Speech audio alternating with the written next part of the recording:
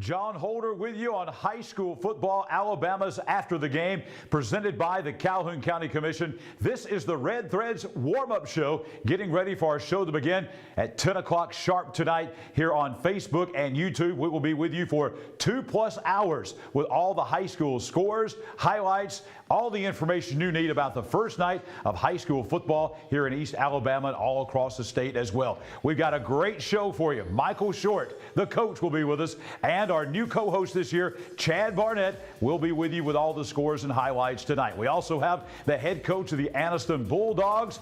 Yeah, we've got Rico Jackson. He's going to be here live in studio with us. Also, the new head coach of the Sacs Wildcats, Alfonso Freeney, and a couple of the Wildcat players will be with us.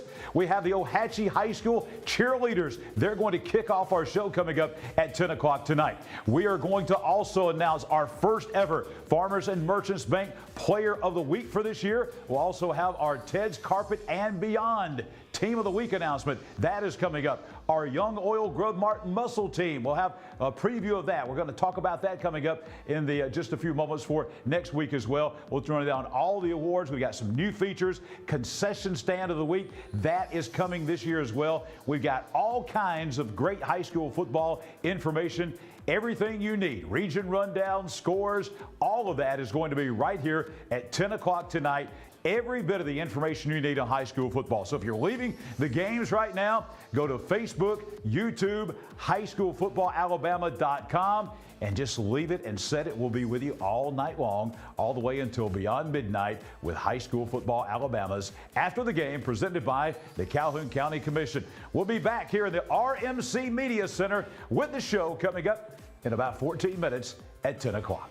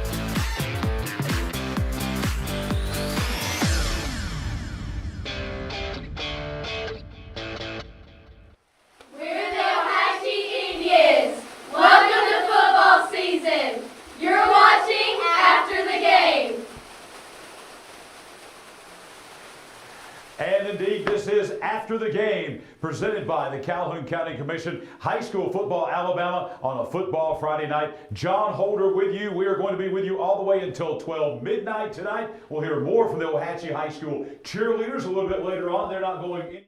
We've got all the scores, all the highlights. Football season 2023 is here. We've got every score in East Alabama. We will have all the highlights from all the big games around the area and a whole lot more coming up on After the Game, presented by the Calhoun County Commission. Right now, it's time to go ahead and go to the scores. We are going to go to our scoreboard right now. This is our USA Softball of Alabama scoreboard, and we're going to begin tonight with Ranburne and White Plains tonight. No final score on this game. It's the end of the third quarter at this point in time. White Plains is leading Ranburne by a score of 17-14. White Plains 17, Ranburne 14, the final in that game. Also, Weaver tonight has beaten Donahoe by a score of 40-13. Weaver 40, Donahoe 13, the final score tonight from up at Wentzville at Donahoe. We will have highlights of that game coming up later on After the Game.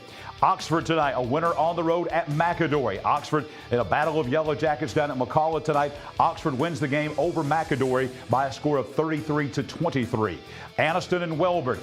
Late in the game, Anniston was leading Welborn 32-16, the score in that game. Anniston 32, Welborn 16 in that game. That is in the fourth quarter, and we are going to see if we can get a final score on that coming up in just a couple of moments. Anniston head coach Rico Jackson is scheduled to join us live in studio to talk about that game a little bit later on. Last night, we'll have highlights of this game from the Creek Bank at Ohatchee. That's why the Ohatchee cheerleaders are so happy tonight. Ohatchee, a winner over Sachs last night, 32-8 the final score from last night on the Creek Bank at Ohatchee. We'll have highlights of that game. Also, highlights of this game coming. Big game tonight. Cherokee County and Alexandria playing each other in center tonight. That game taking place up in center at Bobby Joe Johnson Field. Cherokee County led 48-0 at one point, and they now have beaten Alexandria. That's the final. Cherokee County 48, Alexandria 14. Also, it was Jacksonville beating Boaz 43-21.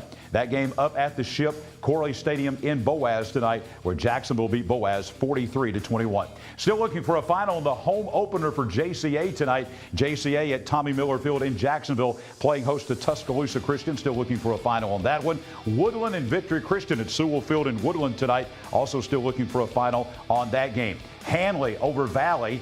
This is a final score from down at Ram Stadium in Valley tonight. Hanley goes in. They beat the Valley Rams 22-8. The Battle of Highway 22 this evening in Wadley. Wadley beating Horseshoe Bend 35-7. That is the final score tonight from down at Wadley as the Bulldogs win over the Generals 35-7. Another game from last night. Sylacauga playing in Birmingham against Winona. Winona beating Sylacauga 38-7, the final from Thursday night. B.B. Comer and Dadeville playing tonight at Legion Stadium in Sylacauga. Still looking for a final on that one. They are now in the fourth quarter at Munford. We'll bring you highlights of this game. Munford leading Childersburg 22-14 now in the fourth quarter down at Munford Stadium. Last night, Winterboro, a winner over Cedar Bluff by a score of 33-7. That was the final from down at Winterboro. We'll have highlights of this game and a final score coming between Talladega and Lincoln. Talladega and Lincoln playing tonight at Mary Dumas Stadium in Talladega. Also looking still for a final. A lot of games running late tonight because of heat timeouts and so forth. Talladega County Central and Tarrant tonight playing at TCC. Still looking for a final on that one. This one just went final tonight. Moody and Pell City. Moody beats Pell City, but this was a back-and-forth game. Great effort by Coach Rush Probst and Pell City as Moody beats Pell City tonight 28-24 over at Bill Morris Stadium in Moody.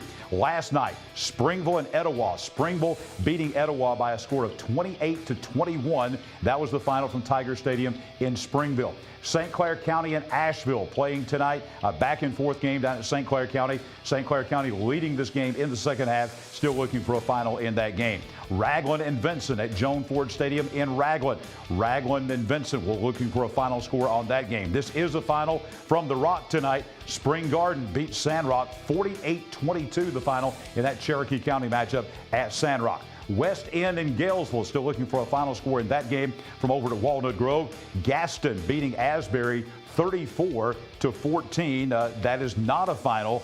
That is up at Ram Stadium in Asbury. Gaston leading Asbury in the fourth quarter, 34-14. Gunnersville and Southside. Southside early on led this game 7-0, still looking for a final score from Chorley Stadium in Gunnersville. Westbrook and St. John Paul. This was late in the fourth quarter. Steve Smith making his debut at Westbrook Christian. Westbrook was leading Pope St. John Paul II Catholic in Rainbow City tonight, 42-27. We'll have highlights of that game coming from Jack Osborne Memorial Stadium. Last night, Geraldine taking down Coosa Christian 26-0. Gadsden City and Carver of Montgomery, a game that was going to be in Montgomery. It's at Titan Stadium tonight. Gadsden City and Carver still looking for a final on that game. Also still looking for a final on DAR and Sardis playing up in Grant tonight.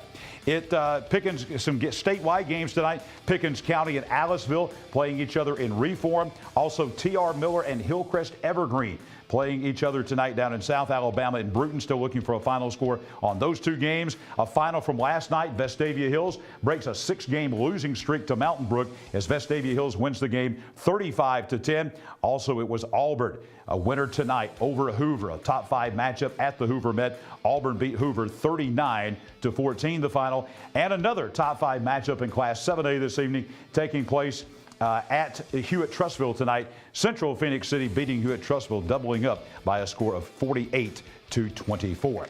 Want to tell you about our High School Football Alabama, the magazine. You can go to Facebook and just scroll down, look for it, and you will find a link there to our High School Football Alabama, the magazine. 96 pages this year, high school football information, previews of 40 teams. There's also schedules in there of all the teams in East Alabama, week-by-week schedule. Great cover story on Coach Steve Smith going over to Westbrook Christian. A story on the Ogles of Jacksonville, that father-son coaching combination. Also a great story about the consolidation of the schools in Clay County into Central Clay County, how that process worked. And also we got a story about Coaches Wise and how they spend a Friday as well. As we said, previews of 40 teams. Everything you need to know about high school football to kick off the season is in our High School Football Alabama, the magazine, also presented by the Calhoun County Commission. That is absolutely free online. Go to our Facebook page at High School Football Alabama. Scroll down and you'll be able to download and see the magazine anywhere you have an internet connection.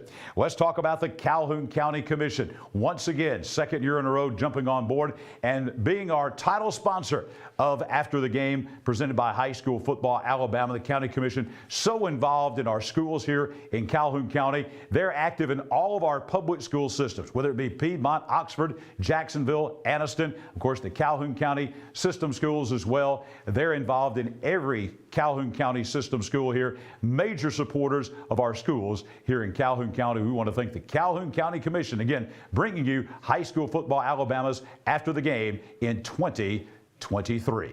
And we promised you more of the Ohatchee High School cheerleaders. They are just absolutely thrilled after that big win last night over rival Sachs out at the Creek Bank at Ohatchee. Here's more of the Ohatchee High School cheerleaders on After the Game. T-R-I-V-E, roll drum. T-R-I-V-E, roll drum. T-R-I-V-E, roll drum. Here we go.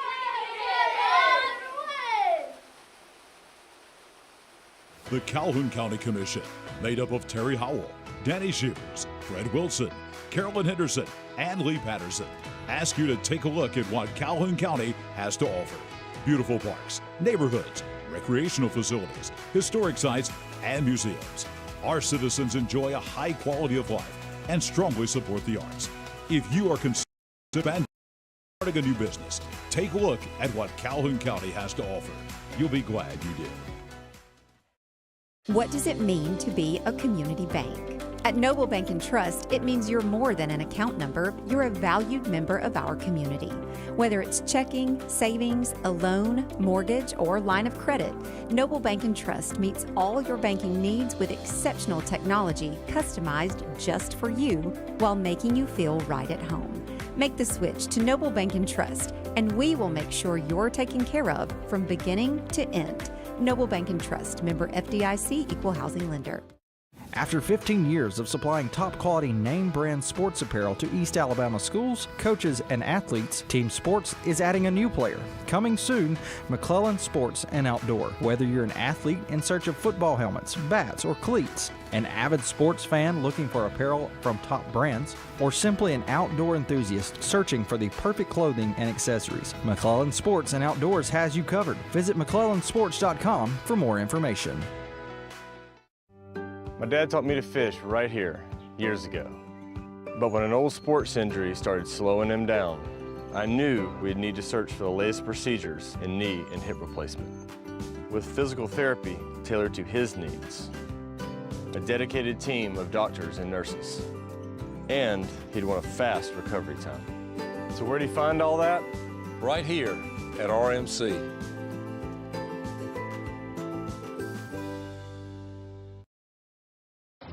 When you shop at Pee Wee Turner Motors, you will be a winner. As lifelong supporters of East Alabama athletics, we at Pee Wee Turner Motors would like to invite you to check out our quality inventory of trucks, cars, and SUVs at PeeWeeTurnerMotors.net. We always guarantee credit approval and look forward to serving you and your family at Pee Wee Turner Motors on Quintard Avenue, Anniston.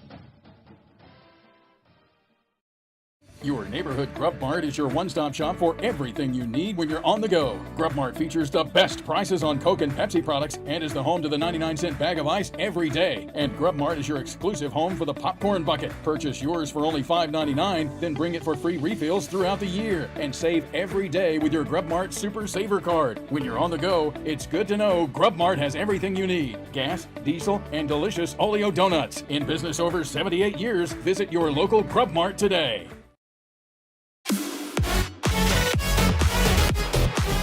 After the game on a football Friday night, and we are back, presented by the Calhoun County Commission. John Holder with you on this football Friday night. Want to tell you about our Team of the Week. Team of the Week is coming back, presented by Ted's Carpet and Floor, and we've got the Anniston Orthopedic Score shirts. This is one from last year. We'll have a new design for this year, but one thing that will not change is the winning team of our Team of the Week will have a t-shirt that has the score of the game and the date of the game on the back. And coming up later on tonight, toward the end of the show, right around midnight or so, we will be making the announcement of our very first Ted's Carpet and Beyond Team of the Week for the 2023 season, and we'll find out who's getting those Anniston Orthopedics score shirts as well. Going to toss that off to the side there. Also, we want to tell you right now that I think we're ready to bring in Coach and Coach Freeney, come on in. We're just kind of doing this a little bit live tonight, kind of hectic on a Friday night. Coach Michael Short joins us for the first time. And also we've got the new head coach of the Sachs High School Wildcats, Coach Alfonso Freeney, making his debut here on After the Game. Coach, glad to have you with us tonight on After the Game. Thanks for having me. Coach, you played last night. Things didn't go your way, obviously, against Ohatchee out there. 32-8, Ohatchee wins the game. But listen, I was really impressed by your football team. This was a close game, kind of got away from you there a little bit in the fourth quarter, but some good things that I saw from your football team. What did you see that was positive last night out of your guys? For sure. So after our Jamboree game, I kind of challenged the kids, to have more effort and those kind of things, the little things, the details, and I felt like they had a lot more effort. We chart loafs and things like that, like no effort plays, and we really didn't have any. I was also pleased with the way our offensive line blocked up front at the beginning of the game and those type things, and the way that our kids just handled themselves even when they got down. We got down early. They had like a 19-play drive, scored, and then we came back and scored. So that's tough to bounce back after a drive like that, and our kids did. And then we had the the fumble kickoff. So those kind of things, that's what kind of hurts us that we got to eliminate. But I was very pleased with our kids. That seemed to be kind of a turning point there because it was warm, it was muggy, it was hot. So staying on the field is a big thing, and that puts your defense on the field for really 2 consecutive possessions in a row there. So I think that was probably maybe a turning point in the game last night. For sure it was. We have kids that play both ways, and we kind of pride ourselves on how hard we work in the off season and how much conditioning that we do. But I tell you, the heat's the heat. And, you know, when you're out there and you got guys coming at you all game, and, you know, Coach Finley does a great job with those guys and their scheme that they do. You know, it's just a different kind of offense. And, you know, defensively, you got to be ready to go. And, you know, it just weighs on you. And it kind of weighed on us because, you know, we couldn't get off the field. We couldn't get off the field. And against that offense, you have to get off the field when you have opportunities to. Well, Coach, I was at the ball game, and some of the things that I saw that I know you would probably watch on the film and say, those are the things we did wrong. But everything that I saw that may have been wrong are very easily correctable things. Absolutely. Absolutely. Like, you know, that's why I said after the game, I said, guys, like, I'm not worried. I'm not worried because, you know, we're early in the season. I have a very young football team. I have 5 seniors. And, you know, the big thing is everything that we're doing right now is fixable. So we just got to fix it. Yeah, and the other thing is some people would say, we're talking about fans, would say, well, that bunch from Ohatchee's young. But those are young guys that have played for 2 years, where yours are young and haven't played for 2 years. Absolutely. You know, we sat in the locker room after Jacksonville Jamboree, and Coach Ginn, you know, he said, Coach, I don't think we have more than 3 guys that actually played last year, played in the varsity game. So I'm sitting there and I said, hey, guys, if that was your first varsity action, please stand up. And it was half the room stood up. So we do have a lot of kids they're experienced playing football, but they're inexperienced at the varsity level playing football. Yeah, absolutely. Coach, what were your impressions? I know for the background, the folks that don't know the background here, what were your impressions of Sachs High School? You had played high school football in South Alabama, came in Jacksonville State, so you've been in this area before. What did you know and what did you not know maybe about Sachs High School football? So one of the things I knew is, you know, Sachs is a very prideful community, and I love that. I love the fact that the community rallies around the kids.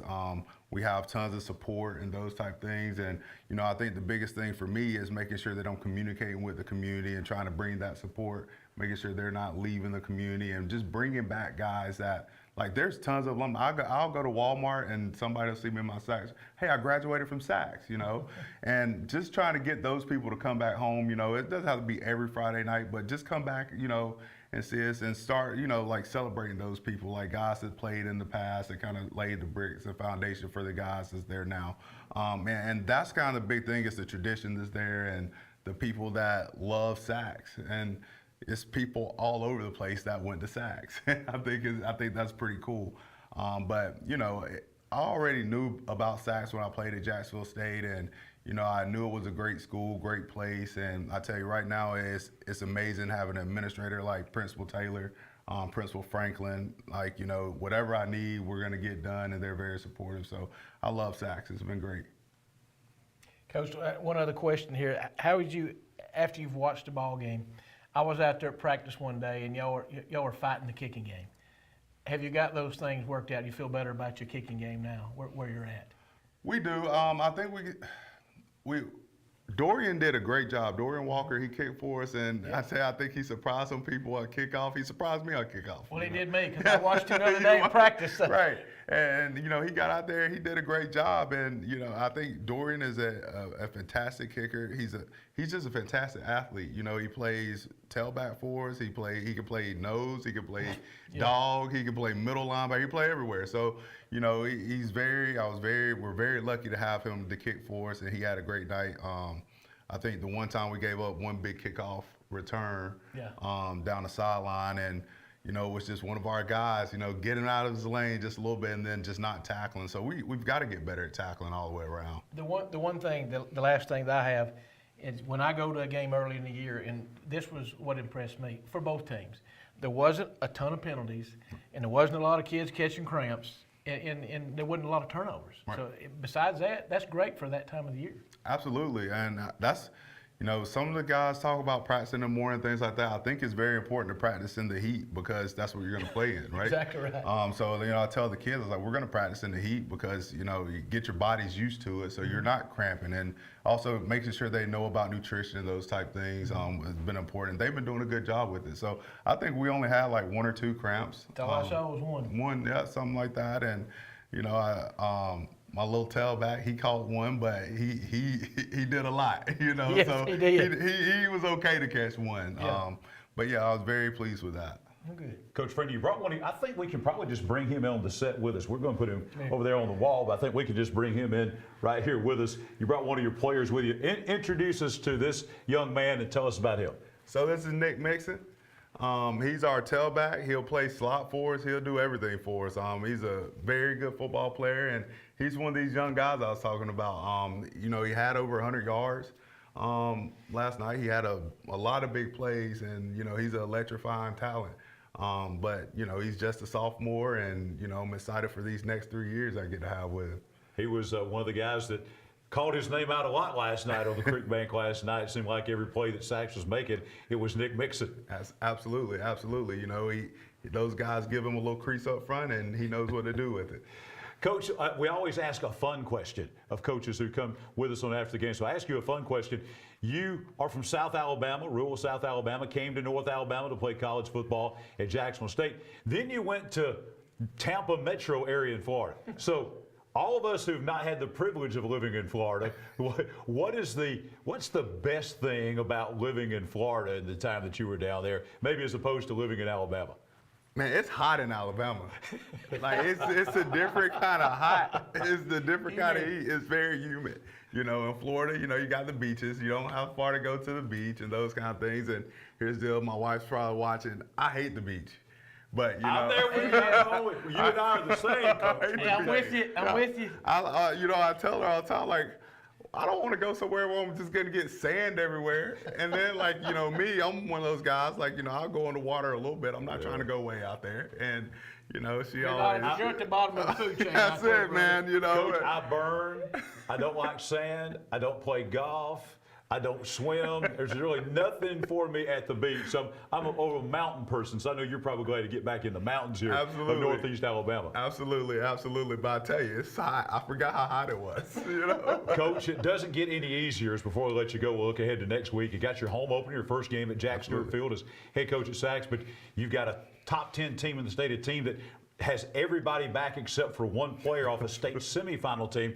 Talking about the Sylvania Rams coming in next week. Just your thoughts on the game with Sylvania. Absolutely. You know, they're a great football team. I watched them on film from last year and some of the other games they played last year, and they're going to be tough. But I still think that my kids, if we play the way we're supposed to play, we do what we're supposed to do, that we can compete with anybody. It's just making sure we can do that for 4 quarters, which we haven't yet. We've showed little spurts here and there, but I'm very confident in these kids, and I believe in them, and I truly believe that, you know, we're going to have a good game plan, and they're going to come in ready to go. I told them, you know, 24-hour rule, right? Hey, you know, it is what it is.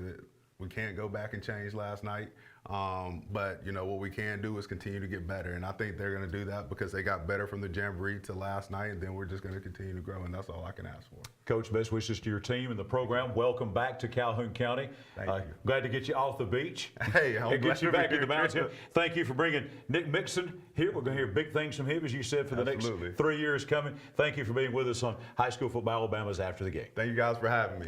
Head coach of the Sachs Wildcats, Alfonso Freeney, with us here on After the Game, presented by the Calhoun County Commission. More as we roll on a Football Friday night on Facebook and YouTube.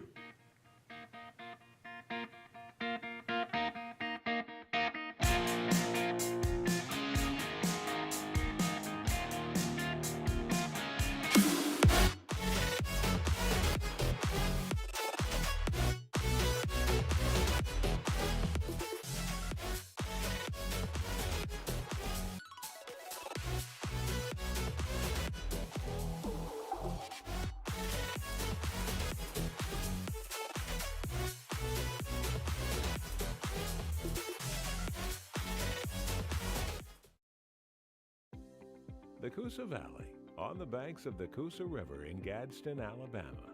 Fishing, boating, and paddling, and home to Team One Chevrolet. Team One Chevy has been serving generations for years. Even the grandkids are grown. Come by and see why so many people come back to Team One Chevy in Gadsden. Home of the best people, the best service, period.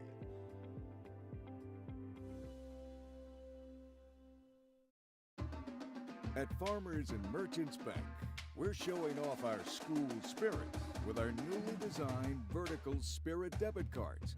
Now these are customized with your favorite school's logo, and half of every Spirit card purchased goes toward your school. So, show off your colors and support your local school with the F&M Spirit debit card. You can learn more at fnm.bank. Member FDIC.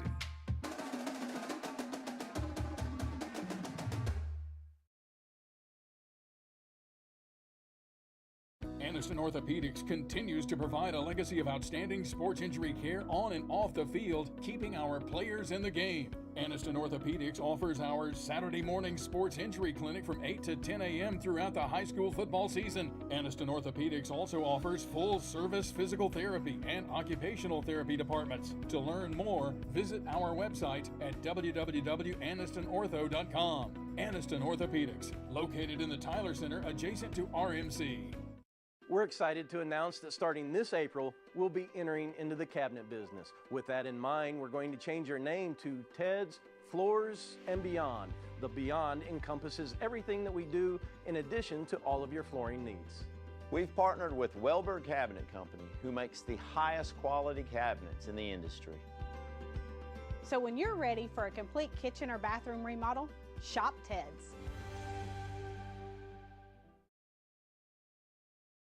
We live in a world that moves quickly, and while we are able to connect faster than ever through technology, maybe you've noticed that real connection is hard to come by.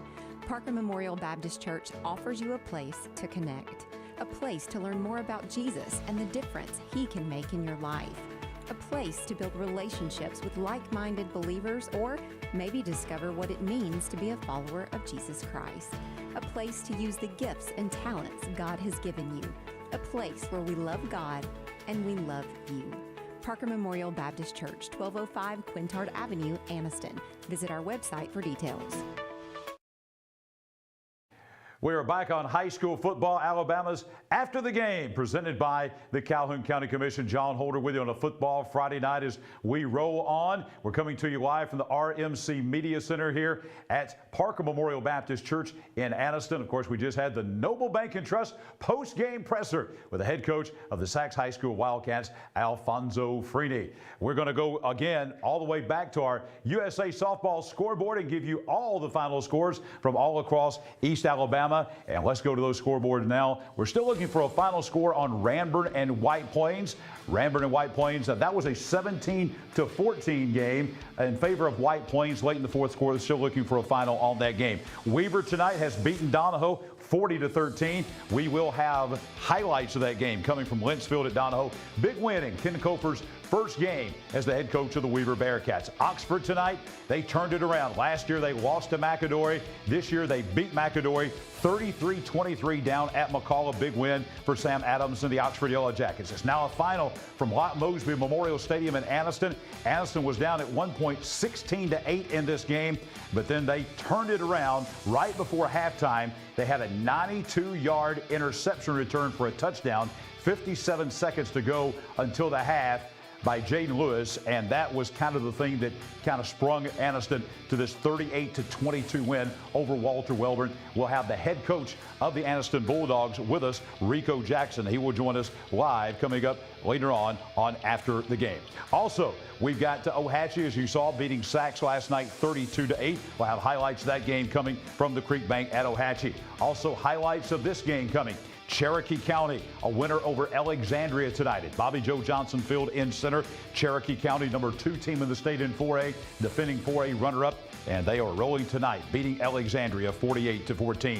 Jacksonville on the road at the Ship in Boaz at Corley Stadium. Jacksonville gets the season off to a 1-0 start as they beat Boaz tonight 43-21. JCA has played 3 games. These are all counter games as well. No jamboree games or anything like that. They started their season 2 weeks ago. Game number 3 tonight, JCA, their home opener at Tommy Miller Field. They beat Tuscaloosa Christian tonight, 48-32, the final score in that game as JCA rose to 3-0 on the season. This is a new score in Woodland over Victory Christian tonight at Sewell Field in Woodland.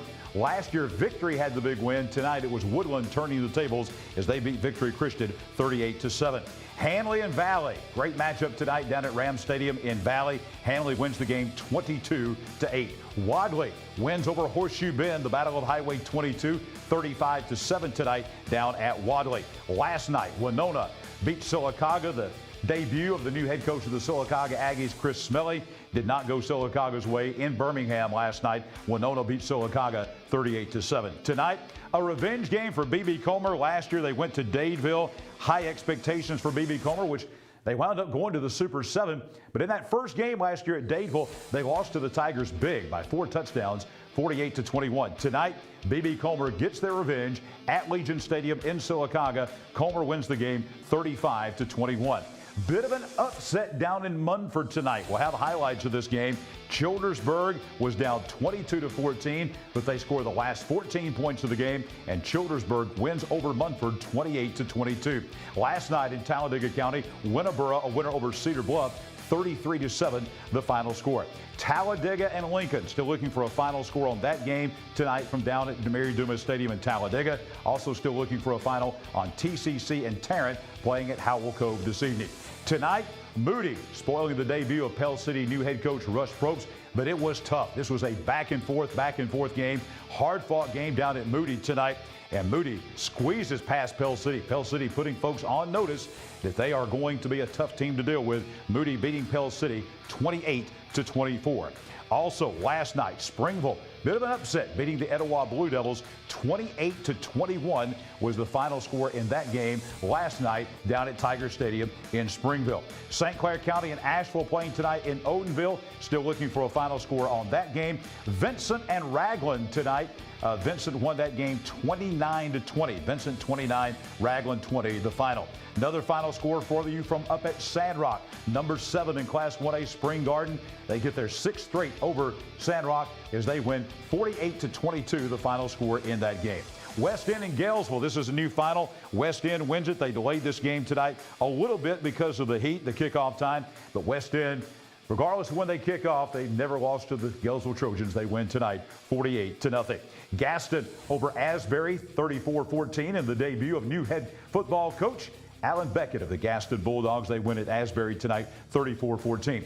Gunnersville and Southside. Southside led it early 7-0, but a defensive struggle at Chorley Stadium in Gunnersville, and Gunnersville comes back and beats Southside tonight 14-10.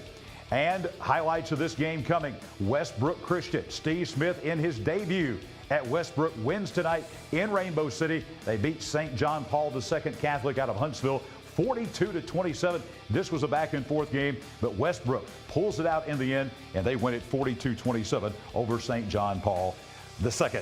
Last night, Geraldine beats number 9 in 1A Coosa Christian 26-0 up at Coolidge Isbell Stadium in Geraldine.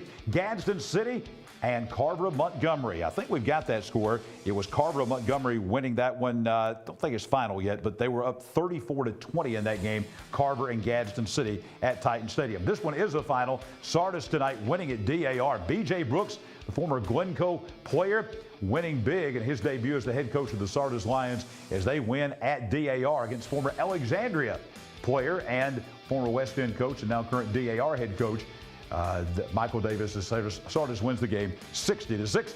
Pickens County and Aliceville still looking for a final in that top 10 matchup from over in Pickens County at Reform. A big matchup between two top 10 teams, number 10 and 4A T.R. Miller beating number 10 and 3A Hillcrest Evergreen tonight at Bruton Municipal Stadium down in Bruton 26-20. Last night, Vestavia Hills, for the first time in 6 tries, they beat Mountain Brook. Vestavia, number 6 in 7A, serving notice that they may be a legit contender in 7A. They beat number 4 and defending 6A runner-up Mountain Brook 35-10 last night at Mountain Brook. Auburn winner over Hoover by a score of 39-14.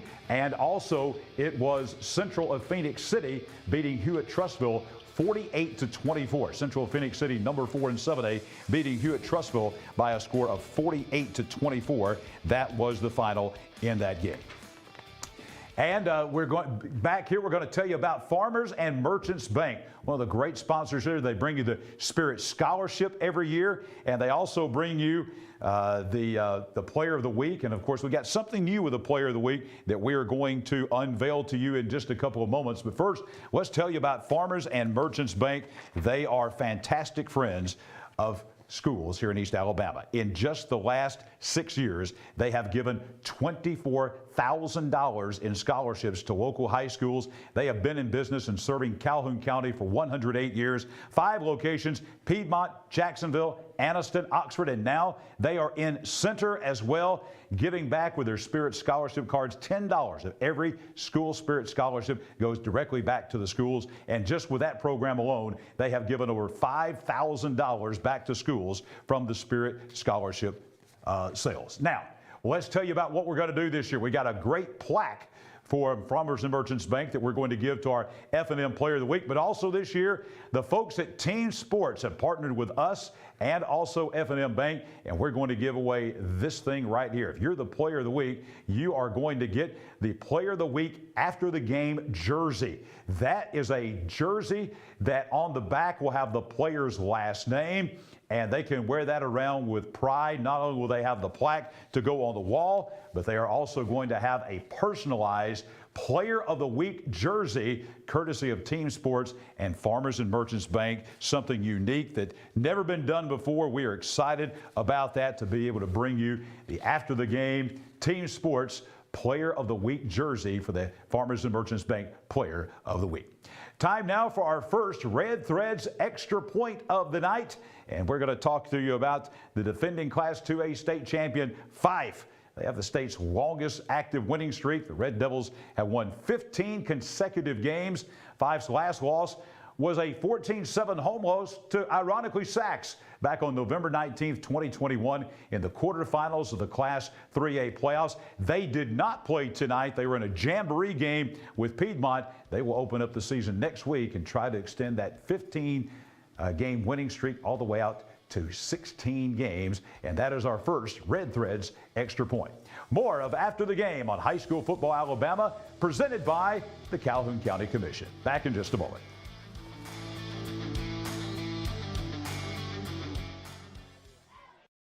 Anniston Orthopedics continues to provide a legacy of outstanding sports injury care on and off the field, keeping our players in the game. Anniston Orthopedics offers our Saturday morning sports injury clinic from 8 to 10 a.m. throughout the high school football season. Anniston Orthopedics also offers full-service physical therapy and occupational therapy departments. To learn more, visit our website at www.annistonortho.com. Anniston Orthopedics, located in the Tyler Center adjacent to RMC. There's a lot to think about when you're having a baby. Colors of the nursery, names, and most importantly, where to deliver. We want a hospital that gives families a more personalized birthing experience. With a compassionate team of doctors and nurses, and a hospital where my baby and I can instantly bond with all the comforts of home. So where do we find all that? Right here at RMC, the first designated baby-friendly hospital in Alabama. When you shop at Pee Wee Turner Motors, you will be a winner. As lifelong supporters of East Alabama athletics, we at Pee Wee Turner Motors would like to invite you to check out our quality inventory of trucks, cars, and SUVs at PeeWeeTurnerMotors.net. We always guarantee credit approval and look forward to serving you and your family at Pee Wee Turner Motors on Quintard Avenue, Anniston. We're excited to announce that starting this April, we'll be entering into the cabinet business. With that in mind, we're going to change our name to Ted's Floors and Beyond. The Beyond encompasses everything that we do in addition to all of your flooring needs. We've partnered with Welborn Cabinet Company, who makes the highest quality cabinets in the industry. So when you're ready for a complete kitchen or bathroom remodel, shop Ted's. What does it mean to be a community bank? At Noble Bank and Trust, it means you're more than an account number, you're a valued member of our community. Whether it's checking, savings, a loan, mortgage, or line of credit, Noble Bank and Trust meets all your banking needs with exceptional technology customized just for you while making you feel right at home. Make the switch to Noble Bank and Trust, and we will make sure you're taken care of from beginning to end. Noble Bank and Trust, member FDIC, equal housing lender. The Calhoun County Commission, made up of Terry Howell, Danny Shears, Fred Wilson, Carolyn Henderson, and Lee Patterson, ask you to take a look at what Calhoun County has to offer. Beautiful parks, neighborhoods, recreational facilities, historic sites, and museums. Our citizens enjoy a high quality of life and strongly support the arts. If you are considering expanding or starting a new business, take a look at what Calhoun County has to offer. You'll be glad you did. Johnson's Giant Food, locations all throughout Etowah and Calhoun County, Gadsden, Attala, Jacksonville, Coldwater. Let me tell you about Johnson's.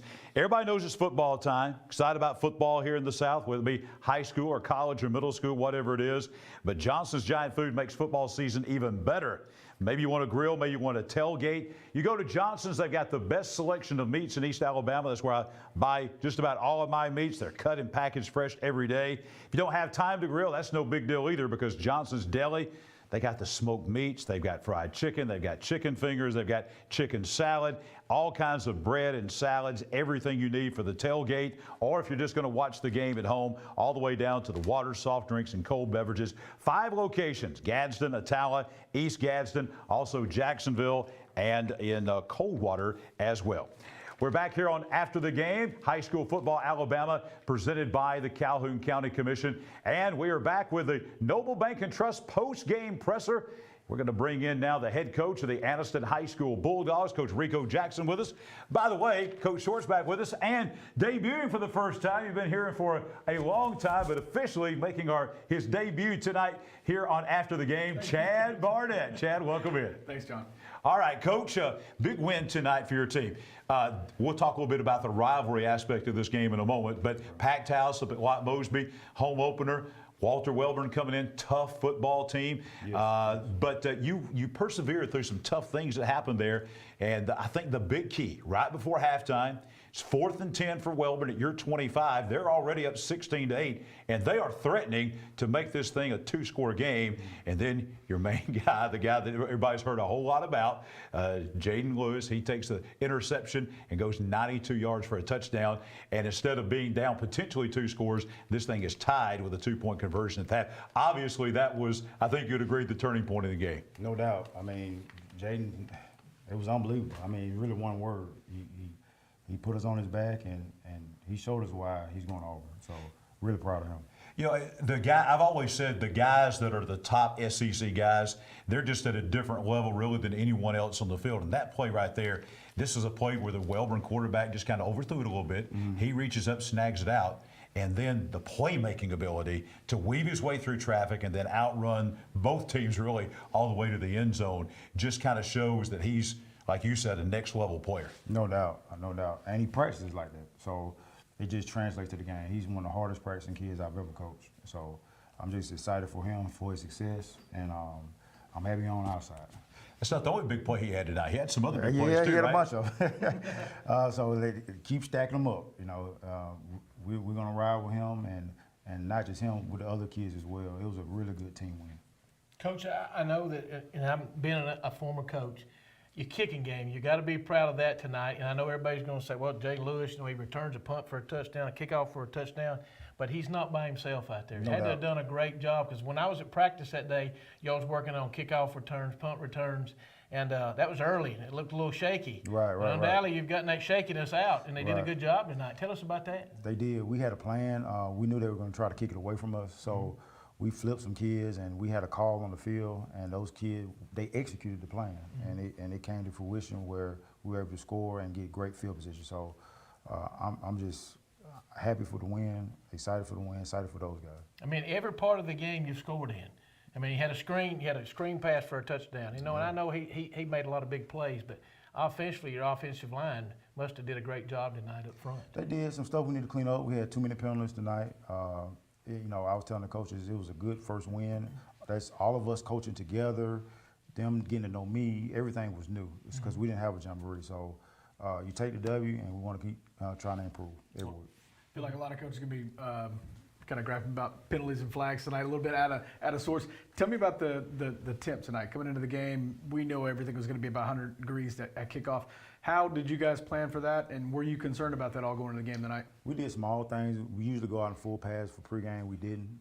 We had just our helmets on, so we tried to keep them in as long as possible. Plenty of water. We had a lot of, I guess you can say, like Pedialyte and pickle juice and mustard, and so we didn't have a lot of cramps. I feel like we're pretty conditioned, so it really didn't affect us that much. Nice. Coach, you didn't know a whole lot maybe about East Alabama football. You're an experienced coach. You've coached all over the state. You've been to the Super 7 at Aliceville back in 2016. What did you know about this part of the state, specifically about Anniston, kind of getting into the rivalry aspect here, the big rivalry between like Anniston and Welborn, where all the kids know each other and all the parents know each other, and it goes back for generations. Just kind of what was your impression coming in from another part of the state? You came here from Tarrant, but you've coached in South Alabama, West Alabama. What were your impressions of East Alabama football? Number one is underrated.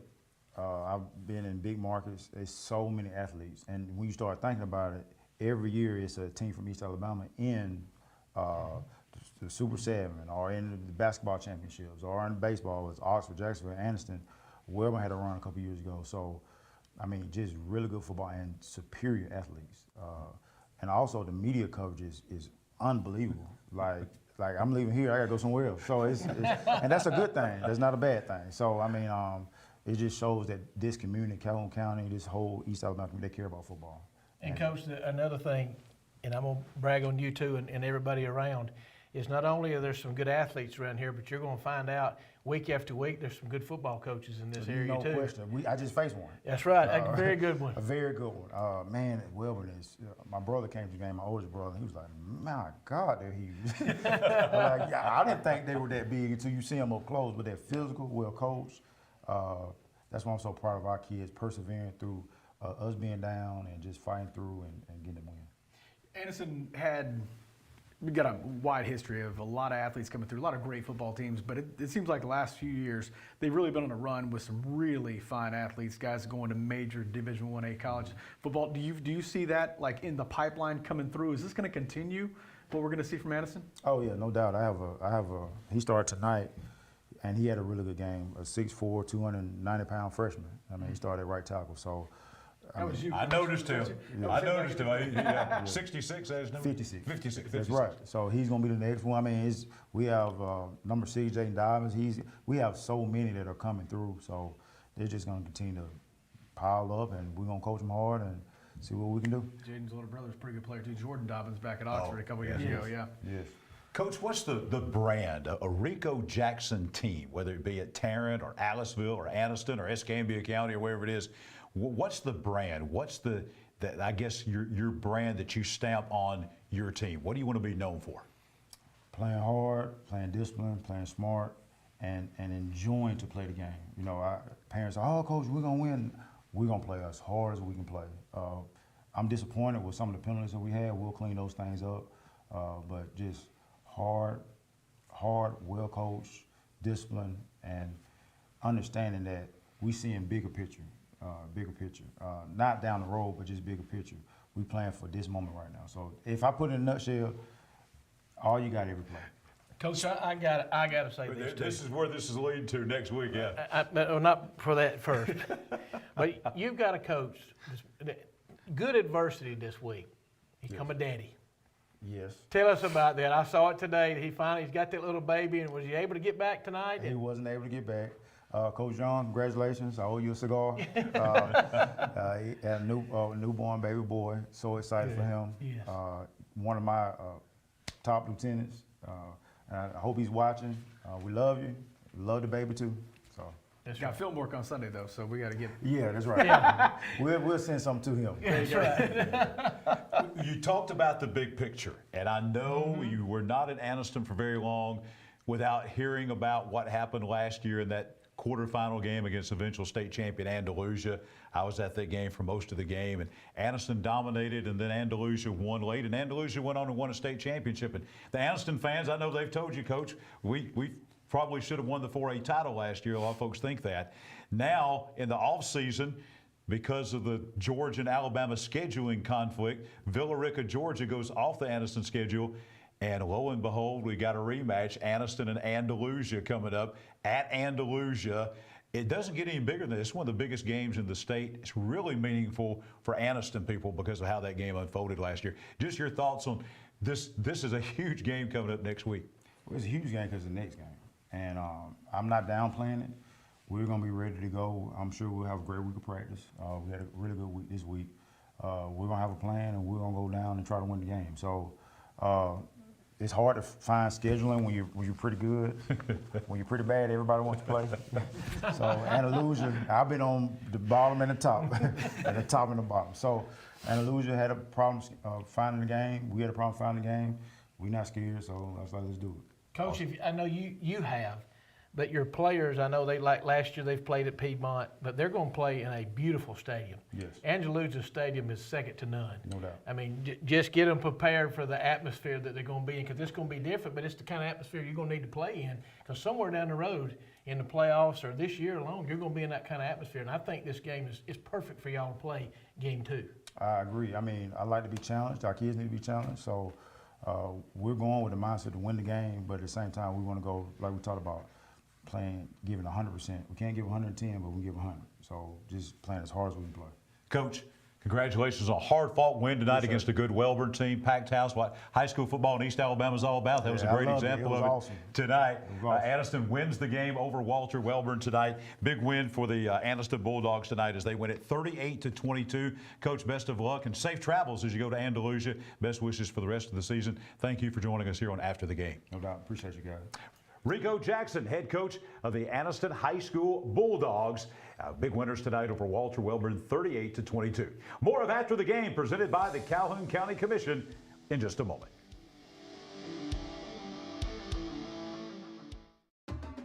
At Farmers and Merchants Bank, we're showing off our school spirit with our newly designed vertical Spirit debit cards.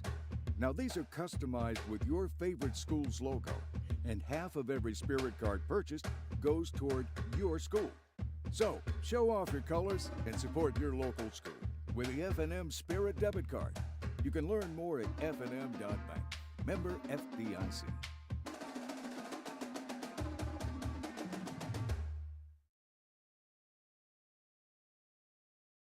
We live in a world that moves quickly, and while we are able to connect faster than ever through technology, maybe you've noticed that real connection is hard to come by. Parker Memorial Baptist Church offers you a place to connect, a place to learn more about Jesus and the difference He can make in your life, a place to build relationships with like-minded believers, or maybe discover what it means to be a follower of Jesus Christ. A place to use the gifts and talents God has given you. A place where we love God and we love you. Parker Memorial Baptist Church, 1205 Quintard Avenue, Anniston. Visit our website for details. Your neighborhood Grub Mart is your one-stop shop for everything you need when you're on the go. Grub Mart features the best prices on Coke and Pepsi products and is the home to the 99-cent bag of ice every day. And Grub Mart is your exclusive home for the popcorn bucket. Purchase yours for only $5.99, then bring it for free refills throughout the year. And save every day with your Grub Mart Super Saver card. When you're on the go, it's good to know Grub Mart has everything you need. Gas, diesel, and delicious Oleo donuts. In business over 78 years, visit your local Grub Mart today.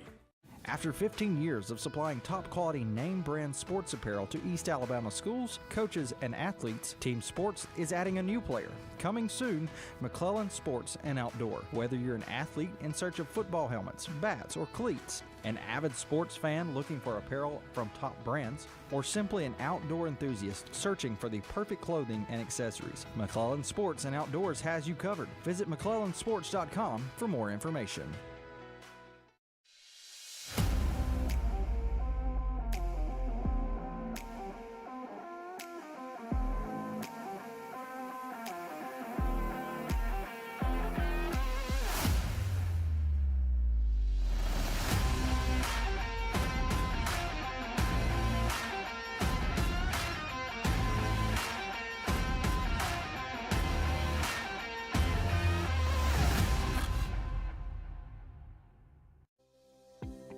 The Coosa Valley, on the banks of the Coosa River in Gadsden, Alabama.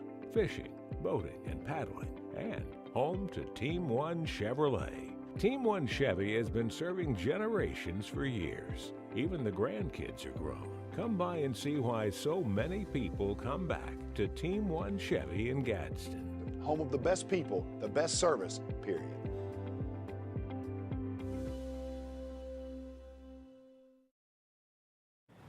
High school football, Alabama after the game. You see our hard-working crew in our edit bays here working tonight. And then you see the great spread from Cutter's Pizza. Do you see that Holy Smoke pizza right there? That is like a double-deck pizza. I've never seen anything quite like it. Then you've got the pepperoni pizza. We've got the meat lovers in the back over there. Thanks to the fine folks at Cutter's Pizza. They're a small local pizzeria.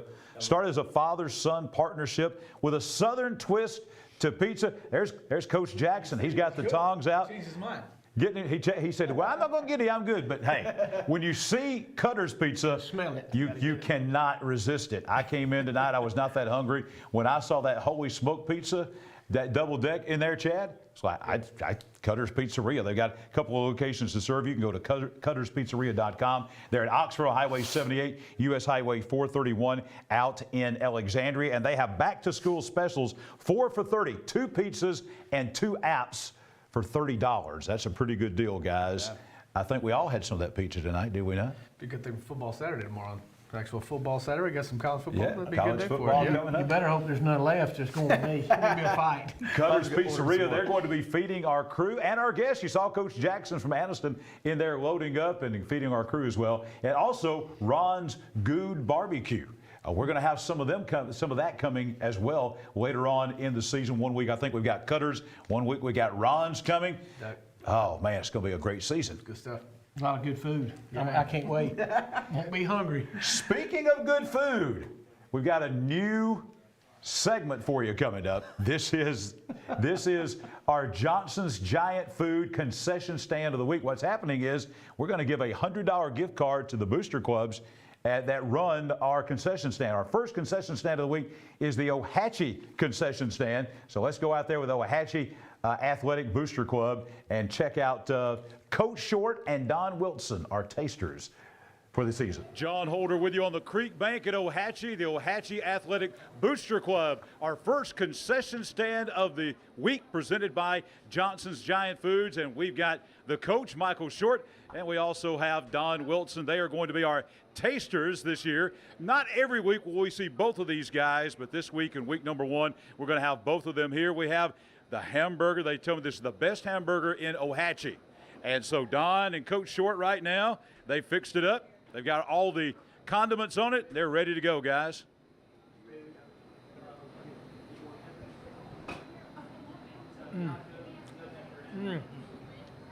That's good. That's good stuff. Awesome job by the Ohatchee Athletic Booster Club. They will receive a $100 gift card for the Booster Club, courtesy of Johnson's Giant Foods, locations in Calhoun and Etowah counties. So, Coach and Don with the Ohatchee hamburger tonight, and we'll see you next week with another edition of the Johnson's Giant Food Concession Stand of the Week. It says Band Booster Club, but that's actually the Athletic Booster Club. So if you go out to Ohatchee, make sure to do like Don and Coach Short and grab one of those hamburgers. And Coach, y'all are fixing it up right there. That was a very tasty hamburger, as I understand it, right? It was, and that little cheese we added to it just made, I asked him, I said, y'all need to sell this cheese to go with it for another quarter. Yeah, you put the napkin on Don there. Make sure he didn't get his nice white shirt messed up there. Yeah, those folks work very hard in the concession stands. It's hard work right now because that temperature in there, there's Lauren Finley, Chris Finley, the head coach's wife, but she's working in the concession stand. But tell you what, when it's 90-something degrees outside, there's no air conditioning in these concession stands for the most part. Very hard workers trying to raise money for the athletic program at Johnson's Giant Food. And after the game, very happy to help with that, give them a $100 gift card to help buy some supplies in the concession stand. Oh, yeah. I mean, it was wonderful. I'm looking forward to that segment. Oh, yes, we've got more. We'll be at your school soon. And by the way, we're going to have a concession stand of the year at the end of the year. Here's what's going to happen. You'll be able to vote at the end of the season. We'll have a couple of weeks of voting, and you'll be able to vote for a concession stand of the year, and they'll get a nice plaque that they can put up proclaiming them as the best concession stand in East Alabama for the year 2023. Chad Barnett back in with us again. Chad's going to be running us through some highlights and the game last night between Ohatchee and Sachs. We had Coach Freeney on talking about the game. Sachs, I think, has got a good football team, Chad, but well, Ohatchee was just super impressive last night. Looked very impressive last night. Jordan was out doing the highlights last night out on the Creek Bank, and we'll see how these turned out. Ohatchee, you know, they've had some great runs over the last few years. They're looking to continue that into the 2023 season. Sachs under new leadership, as you mentioned, John, with Coach Freeney. Let's go to the highlights now out on the Creek Bank and check out the highlights. Boy, I tell you, these last couple of nights have been nice and hot. Great first week of high school football as you see the teams tipping off. This was the actual tip-off of the season because it was a day before the Friday night games. So Ohatchee coming out looking to start strong. First drive, Ohatchee, third down, quarterback Jake Robertson drops back, connects with Jesse Baswell for a 12-yard gain for the first down for the Indians. A few plays later, Baswell in the gun, calls his own number, pickup of 11 yards this time. Really tough kid there behind center for Ohatchee. Indians now in the red zone, and Boswell's going to keep it for a little bit further. He's going to carry it in on the next play for a touchdown. Ohatchee coming up on the first drive, very impressive on offense. They take the early lead, 6-0, missed the PAT. So now Sachs is on the move with 3:11 to go in the first quarter. Handoff to Nick Mixon, gets outside for a 35-yard scamper. Impressive. Almost broke it, but a great tackle by the Ohatchee defense there at the last second. A few plays later, Dorian Walker run right up the middle to get the Wildcats all the way down to the 1-yard line, and they are knocking on the door. Next play, Lamoris Young takes the handoff. He's going to go in for the touchdown. Sachs will now go for 2-point conversion, and they are going to get that as Mixon takes the conversion in. Wildcats now up 8-6 over the Indians. Head coach Chris Finley looking on, hopefully his team can answer, and did they ever? Nice ensuing kickoff. Nate Jones going to take it down the sideline. Big return for 44 yards. A little high step on the right side. Gets the Indians set up very nicely, but they would keep it going here. Jesse Baswell calls up own number again. Right at you near the sideline, steps out of bounds inside the 5. Very next play, Baswell, he's going to keep it, and he is going to punch it in for the 4-yard touchdown. Now the Indians looking for their own 2-point conversion. Baswell gets the call, gets in for 2. Ohatchee now with a 6-point lead, 14-8 as we are later in the game. Ohatchee now up 14-8. They go for the onside kick / pooch, however you want to call it. What you can say is Ohatchee did come up with that. They did not get anything out of it, but what they did was they kept Sachs from getting the football for one more possession. So they didn't capitalize. Now later in the first half, none other than Baswell. He's going to take it again, 24 yards up the field for Ohatchee. Freeney looking on, hoping his Wildcats can hold on, but as we talked about earlier, they do not. Ohatchee does look strong on the night. As 4th and 8, this pass would come incomplete. Actually, this is a little bit further down in the action. As we look at the Indians there with the touchdown. And Sachs now back. Takes the field for a 56-yard touchdown. And I'm a little lost here on this one. Got a couple shots in here that I was not expecting. Freeney now talking with his Wildcats. They would not come away with points after that long drive. A few drives later, Sachs Lamoris Young looks to go deep. Nice little spiral. But it is picked off by the Indians. Colby Hester. And he would not take it 5 yards or 10 yards, 15, 20. He's going to take it the entire way back for a 72-yard pick 6. Not bad at all, kid. Take it to the house. Ohatchee goes up 26-8 at that point. Next drive for Ohatchee, and Nate Jones will take the carry. Few guys miss, and he is, again, off to the races, to the end zone, 48-yard touchdown, and Ohatchee wins big, 32-8 on the Creek Bank in week 1. Great win for the Ohatchee Indians to open up as Coach Short and Jordan Smith and myself were out there for the team sports highlights to bring you that highlight of Ohatchee beating Sacs 32-8. Did you notice one thing about Sacs you want to go back to? Chad, did you notice that number 7, that big quarterback for the Sacs Wildcats? That was a 9th grader, number 7, Lamars Young, and you probably remember the name Morris Young that played at Ohatchee back about 20 years ago. That's his son, transferred and playing for Sacs now as a 9th grader, and he's a little bit bigger than his daddy. Big kid, big arm too. Yeah, a couple of those shots are really nice down there. Yeah, really and Coach Finley had to give him credit. He called me in today and wanted to give me some stats. He was really impressed with his running game. They rushed for 289 yards. They threw for 43. But Nate Jones, you called his name out enough tonight. He had 17 carries for 155 yards and 2 touchdowns. And then Baswell had 10 carries for 67 yards. And then on defense, on defense, Nate Jones had 10 tackles and had 2 tackles for a loss. That's a big night for them. Coach, you're not going to lose too many games, almost 300 yards rushing. I mean, those games are typically going to be wins. Sacs had the ball 2 possessions in the first half. Wow. 2, and that's it. Yeah. They had 52 snaps. Sacs had 11. And with this heat, the way it was out there last night, the humidity, so it got deeper in the night. The temperature went down, but the humidity actually went up. So it was really tough out there. Chad and Coach, you know, this was, I think, a little bit unexpected from Ohatchee. I think we knew Ohatchee was going to be good, but I'm not sure that we knew they were going to be that good and that impressive. They really were playing great football at the end of last year. Chad, you and I were over at the Glencoe-Ohatchee game last year at Glencoe, and they were very impressive. That was kind of the game that kind of kicked off that big run they had at the end of the season. They looked a lot. They looked to me that night that we were at Glencoe, you and I were.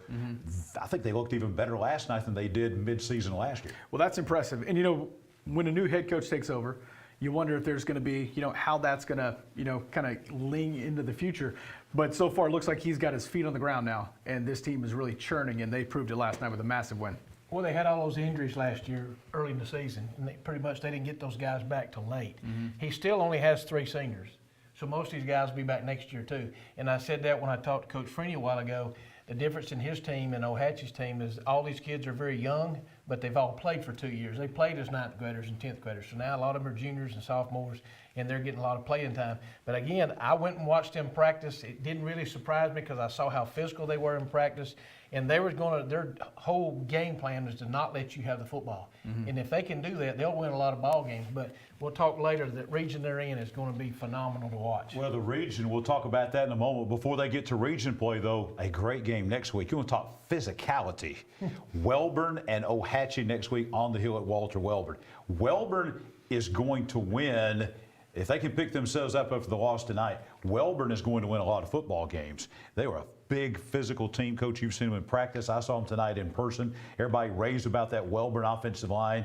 About as good as you're going to see in 3A football. And then Ohatchee, very physical as well. That's what they're known for. That game on the hill next week, it might be over with, even with the heat timeouts, it might be over with at 8:30. Neither team throws the ball very much, even though Ohatchee did throw the ball a little bit more than Indian fans are used to last night, and it turned out well for them. Yeah, I tell you, if Welborn plays as well against Anniston as they did tonight, and really hung in there, had the lead, like you said, a lot of the first half, that's when you kind of want to put a mental note out there. That's a really good football team that hung with a very good team tonight. In their region, they're not going to see that much speed. No. That many of them. You may see 1 or 2, but you're not going to see the speed that Anniston has every week. They're not going to see that. So the style of play that they play, a lot of the guys that they're going to play are that same way. Well, especially when you have that one specific playmaker that can just do it all, like what Welborn saw against them tonight. 3A Region 6, Coach, you mentioned that every team in that region is going to be as good or better than they were last year. Piedmont still got a lot coming back. Sylvania lost 1 player off that semifinal team. Plainview better, Geraldine better, Ohatchee better, Westbrook, Steve Smith, they're better. Glencoe's going to be better. Hoax Bluff better. I mean, there could, Coach, you and I were talking last night, there could be 3 teams in this region, 3. That would be playoff teams in other regions that's going to be sitting at home in November. There's every one of these teams is a good, solid football team in this region. I usually don't like to this is game 1, or this is week 0. But it wouldn't surprise me if 2 teams out of this region play after Thanksgiving. Yeah. And I think top to bottom, we say that a lot, but top to bottom, Class 3A Region 6 is, I think, the class, at least in North Alabama, of Class 3A football.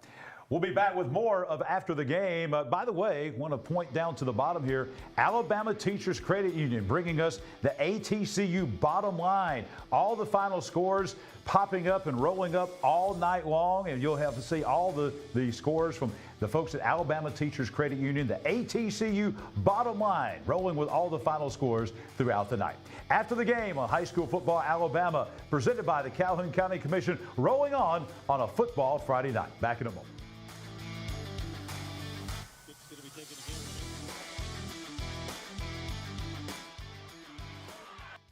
The Calhoun County Commission, made up of Terry Howell, Danny Shears, Fred Wilson, Carolyn Henderson, and Lee Patterson, ask you to take a look at what Calhoun County has to offer. Beautiful parks, neighborhoods, recreational facilities, historic sites, and museums. Our citizens enjoy a high quality of life and strongly support the arts. If you are considering expanding or starting a new business, take a look at what Calhoun County has to offer. You'll be glad you did. At Farmers and Merchants Bank, we're showing off our school spirit with our newly designed vertical Spirit debit cards. Now these are customized with your favorite school's logo, and half of every Spirit card purchased goes toward your school. So show off your colors and support your local school with the F&M Spirit debit card. You can learn more at fnm.bank. Member FDIC.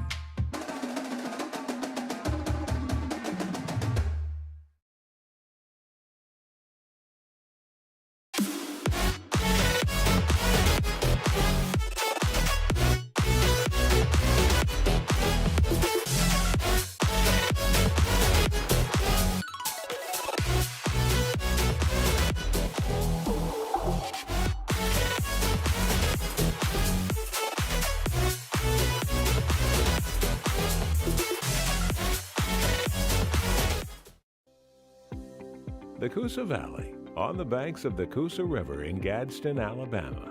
Fishing, boating, and paddling, and home to Team One Chevrolet. Team One Chevy has been serving generations for years. Even the grandkids are grown. Come by and see why so many people come back to Team One Chevy in Gadsden. Home of the best people, the best service, period.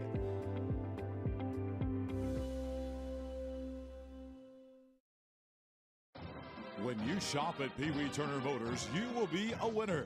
As lifelong supporters of East Alabama athletics, we at Pee Wee Turner Motors would like to invite you to check out our quality inventory of trucks, cars, and SUVs at peeweeturnermotors.net. We always guarantee credit approval and look forward to serving you and your family at Pee Wee Turner Motors on Quintard Avenue, Anniston. We're excited to announce that starting this April, we'll be entering into the cabinet business. With that in mind, we're going to change our name to Ted's Floors and Beyond. The Beyond encompasses everything that we do in addition to all of your flooring needs. We've partnered with Welborn Cabinet Company, who makes the highest quality cabinets in the industry. So when you're ready for a complete kitchen or bathroom remodel, shop Ted's.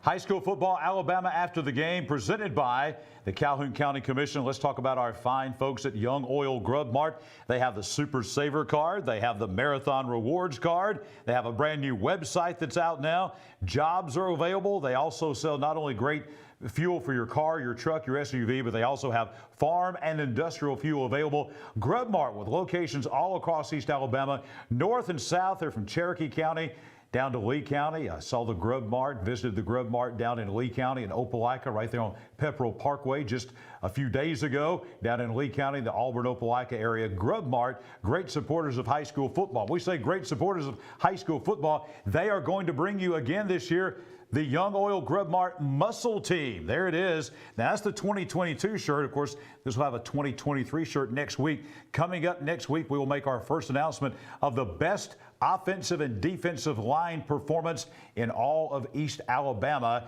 and every one of those linemen will get a Grub Mart Muscle Team t-shirt 2023. That says 22. We'll have the 23 shirts ready next week. Young Oil Grub Mart. bringing you the muscle team again in 2023 for high school football Alabama after the game.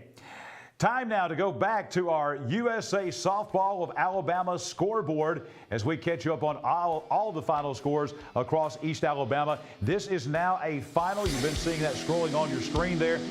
Ranburg beating White Plains tonight. This was a back-and-forth game all night long. Ranburg finally pulls it out in the end. 31-28, Ranburg over White Plains, the final tonight from over at Harlan Robinson Stadium in Ranburg, where they switched on the new lights tonight, the flashing lights over in Ranburg. Donahoe and Weaver, highlights of this game still to come. Weaver beating Donahoe 40-13 tonight at Lentz Field at Donahoe. Very impressive performance by Ken Kofer and the Weaver Bearcats. Oxford tonight, huge win for Sam Adams and the Yellow Jackets. They win at McAdory 33-23 down in McCalla. McAdory now goes from winning all 4 meetings to 5 meetings. Anniston, you saw that earlier. They beat Walter Welborn 38-22. Anniston, the number 7 team in 4A, rolling tonight behind Jaden Lewis. 3 touchdowns tonight as Anniston beats Welborn 38-22. Highlights of that game on the way. You saw highlights earlier of Ohatchee's win over Sachs 32-8 last night on the Creek Bank at Ohatchee. Tonight, Cherokee County beating Alexandria. We will have highlights of that game coming from Bobby Joe Johnson Field in center. Cherokee County winning over Alexandria 48-14 was the final score. Cherokee County, the number 2 team in Class 4A, with 9 starters back on offense and defense, rolling tonight over the Valley Cubs. Jacksonville wins on the road at Boaz tonight. Jim Ogle and the Golden Eagles get Alexandria next week at Golden Eagle Stadium. Number 6 in 4A Jacksonville rolling over Boaz 43-21. JCA is now 3-0. That's right, 3-0. JCA, their home opener tonight in Jacksonville, beating Tuscaloosa Christian 48-32. Woodland, huge win tonight at Sewell Field. They beat Victory Christian 38-7 the final. Hanley, Larry Strain, they're preseason number 9 in the ASWA poll, but they're preseason number 1 in my poll in our High School Football Alabama, the magazine. Hanley beats a good Valley team tonight down at Ram Stadium in Valley 22-8. Wadley, an impressive performance. Jaquez Wilkes and the Bulldogs beating Horseshoe Bend 35-7. Winona last night beating Sylacauga 38-7, spoiling the debut of one Chris Smelly, the new head coach of the Sylacauga Aggies. B.B. Comer gets revenge after their loss last year to Dadeville. Tonight at Legion Stadium in Sylacauga, the number 2 ranked team in 2A beats Dadeville 35-21. Tough loss for Munford tonight. Childersburg comes in and they were down 22-14, scored the last 14 points of the game, and Childersburg beats Munford 28-22. Last night, Winterboro beating Cedar Bluff 33-7 down at Winterboro. Talladega and Lincoln tonight. This is a final score now just coming in. Lincoln has beaten Talladega 31-7. We will have highlights of that game coming from Mary Dumas Stadium in just a few moments.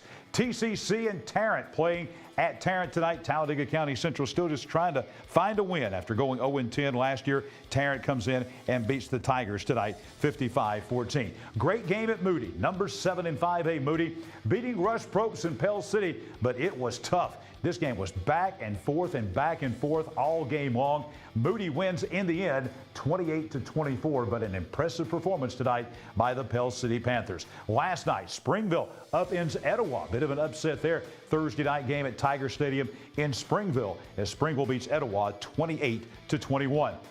St. Clair County and Asheville. St. Clair County pulls away. This was a close game early, but new coach Tyler Robinson beats new coach Cariacas Shepherd and the Asheville Bulldogs. St. Clair County wins it 41-24. Vincent wins at Raglan tonight at Joan Ford Stadium. Vincent, the number 8 team in 2A, beating the Purple Devils 29-20. Spring Garden rolling, the number 7 team in 1A, visiting Cherokee County rivals Sandrock, winning at the Rock 48-22. West End tonight rolling over the Galesville Trojans. That was by a score of 48-0 tonight out at Walnut Grove. The Gaston Bulldogs, new head coach, and we mean really new head coach, Alan Beckett. He just began in August, and he's already 1-0. Gaston wins at Asbury tonight up in Marshall County at Sand Mountain, 34-14. Another game played up north tonight in Guntersville at Chorley Stadium.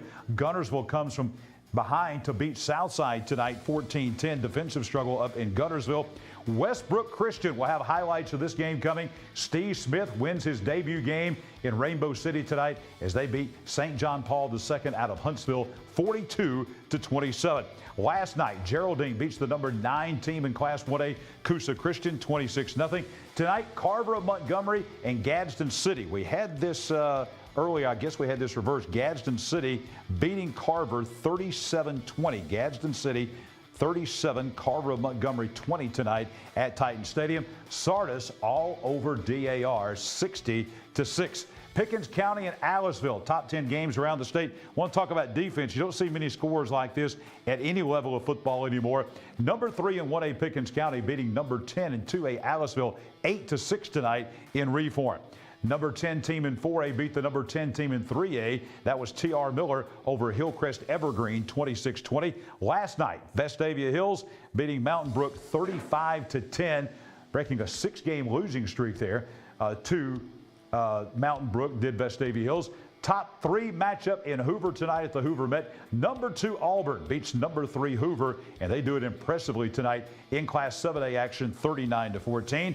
And another top 5 matchup in Class 7A in Hewitt-Trussville. Central Phoenix City beating Hewitt-Trussville tonight 48-24. In another game, a top 5 matchup in Class 7A played in Jefferson County. Time now for our next Red Threads Extra Point of the night. We'll have that coming up for you in just a moment as a Red Threads. Great folks bringing you high school football action.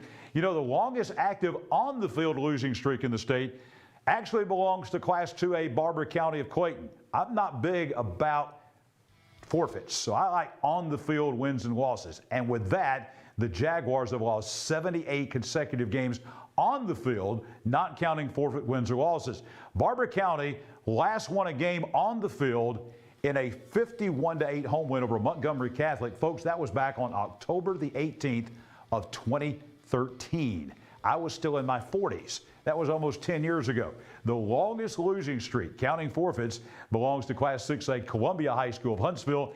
The Eagles there, counting forfeits, have lost 71 straight games. Both of those streaks are state records. Back with more of After the Game, presented by the Calhoun County Commission in just a moment. After 15 years of supplying top-quality name-brand sports apparel to East Alabama schools, coaches, and athletes, Team Sports is adding a new player. Coming soon, McClellan Sports and Outdoor. Whether you're an athlete in search of football helmets, bats, or cleats, an avid sports fan looking for apparel from top brands, or simply an outdoor enthusiast searching for the perfect clothing and accessories, McClellan Sports and Outdoors has you covered. Visit McClellansports.com for more information. I can't imagine life without Gwen, but we came dangerously close. I was having chest pains. Luckily, there was a hospital nearby that quickly discovered one of her arteries was 100% blocked. A hospital with life-saving technology and the latest in cardiac treatment, with an experienced team of doctors and nurses focused on fixing Gwen's heart. What hospital had all of that? It was all right here at RMC. What does it mean to be a community bank? At Noble Bank and Trust, it means you're more than an account number, you're a valued member of our community. Whether it's checking, savings, a loan, mortgage, or line of credit, Noble Bank and Trust meets all your banking needs with exceptional technology customized just for you while making you feel right at home. Make the switch to Noble Bank and Trust, and we will make sure you're taken care of from beginning to end. Noble Bank and Trust, member FDIC, equal housing lender. We live in a world that moves quickly, and while we are able to connect faster than ever through technology, maybe you've noticed that real connection is hard to come by. Parker Memorial Baptist Church offers you a place to connect, a place to learn more about Jesus and the difference He can make in your life, a place to build relationships with like-minded believers, or maybe discover what it means to be a follower of Jesus Christ. A place to use the gifts and talents God has given you. A place where we love God and we love you. Parker Memorial Baptist Church, 1205 Quintard Avenue, Anniston. Visit our website for details.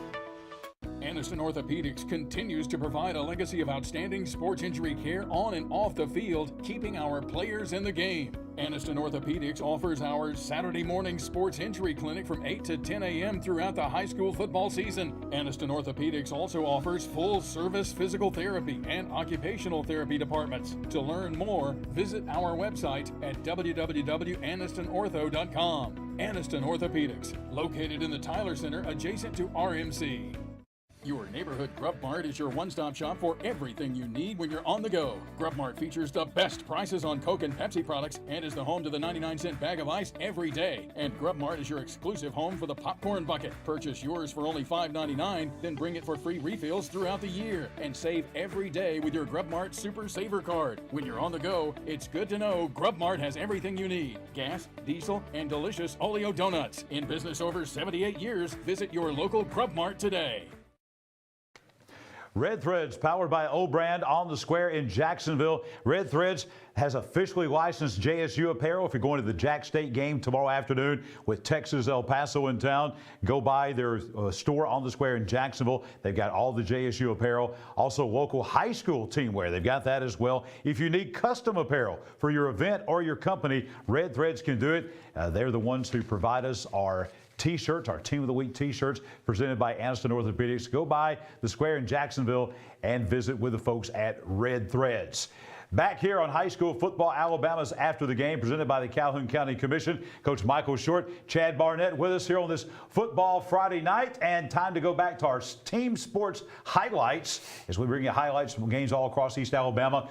One of the marquee matchups, at least going in, Chad Barnett, was Cherokee County and Alexandria. We know about Cherokee County, number 2 team in the state in the preseason poll in Class 4A. The state runner-up from last year, just about the entire team coming back. Alexandria, a bit of a mystery team. Of course, they lost Antonio Ross, who's at Alabama. They had some other guys transferred out. They lost a lot of folks to graduation.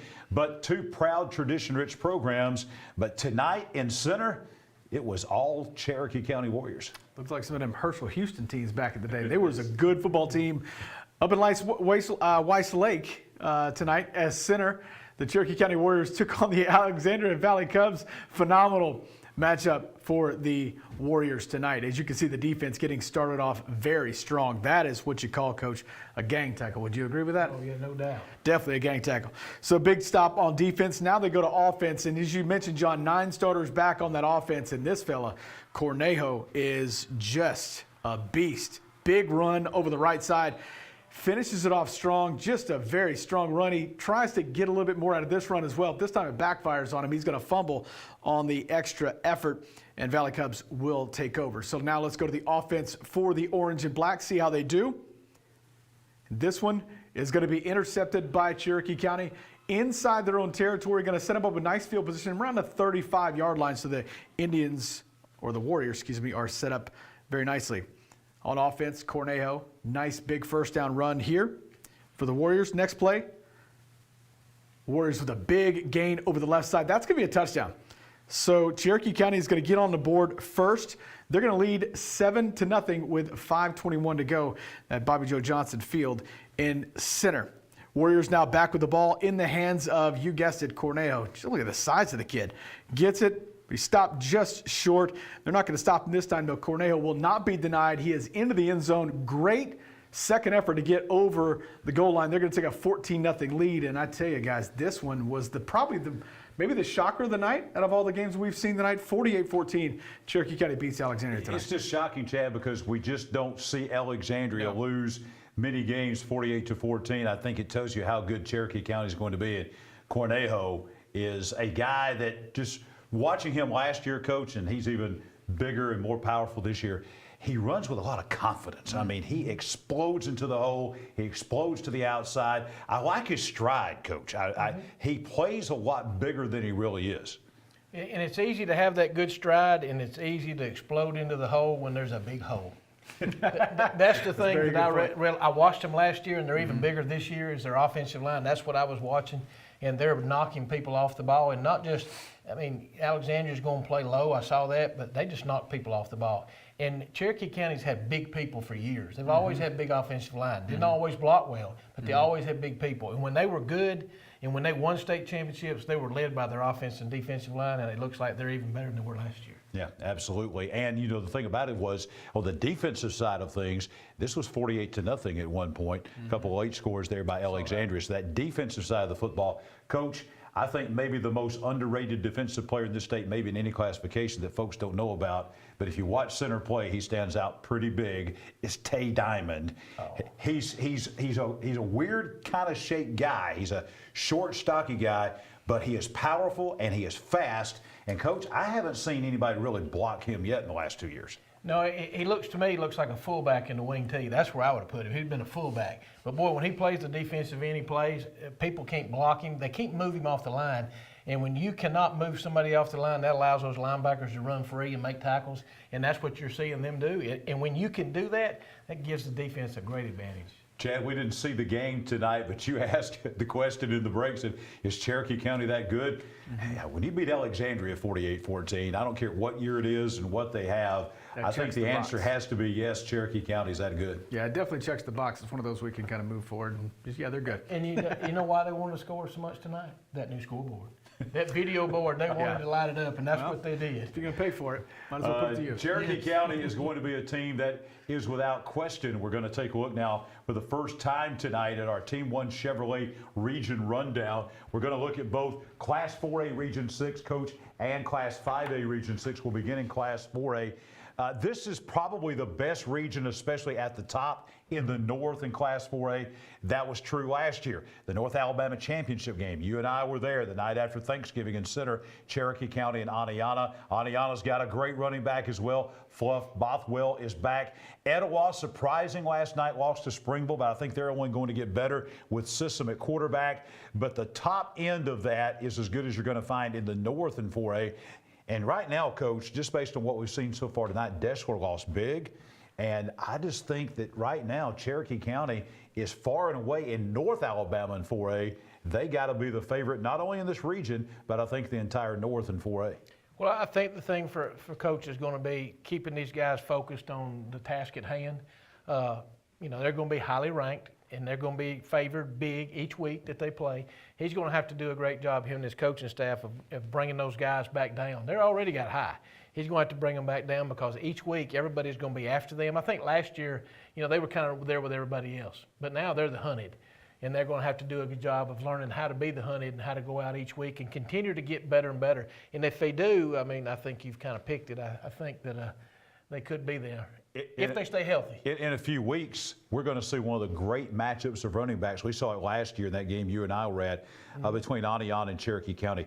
Two physical, great running backs in 4A football in Fluff Bothwell of Aniana and Jacob Cornejo of Cherokee County. That'll be a great matchup that will be back in Center again this year, the way the schedule falls. Then you got Etowah. You know, Matt Glover and his team, very young. They lost a ton of folks last year. But I think Etowah will be in the mix there, and they're a team that I think, as we talked about, will be better and better as the season goes along. Then you got Asheville, Fultondale, Hansville's in that area as well. Good Hope always has a solid team. But I think the top three in that region, no doubt, you're going to be looking at Cherokee County, Etowah, and Aniana. Yeah, I wouldn't be surprised if at least three of those teams don't make it deep in the playoffs.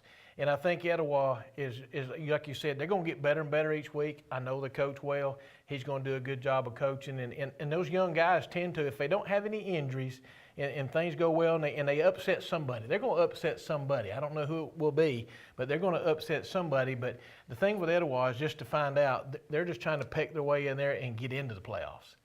So, it'd be interesting to see. Give me a couple more games to watch them play and just see how really young they are.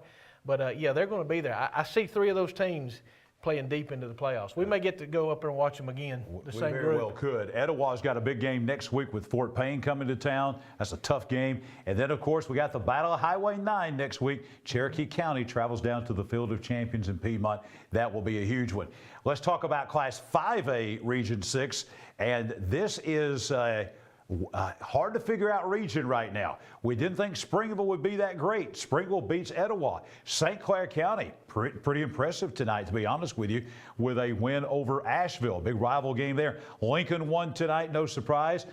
Southside, I think we got there. That should be 0-1 instead of 1-0. They lost that game to Guntersville tonight, but they led for a lot of that game and put up a good performance there. Alexandria, that loss. Moody had all they wanted from Pell City tonight, and then Leeds lost tonight as well. So this region may not be quite as clear as it was maybe this time a year ago. No, there's no doubt. I mean, right now you would have to say, I mean, if we just had to bet on it, Moody would be the class of this group. You know, just because of the players they have. I know they played a close game tonight, but that was a big rivalry game and will only get bigger. Leeds is going to be there. Coach is going to have that group. I'm just looking at those first 5. I think Lincoln's going to be better than some people play. I watched them in the summer in 11-on-11. I think they're going to be better than most people think. Again, a couple more games we'll find out, but and I know everybody will say, well, Alexandria lost big tonight. Alexandria is Alexandria. They're going to get better each week. They're a young football team. They're going to be in the mix when it's all said and done. Southside will be in the mix when it's all said and done, but there are some huge ball games coming up for Southside, Alexandria, Moody, and people like that. Leeds and Moody probably at the top right now. They were the region title game participants last year. Leeds came in and upset Moody by a point last year by 1 to win that region.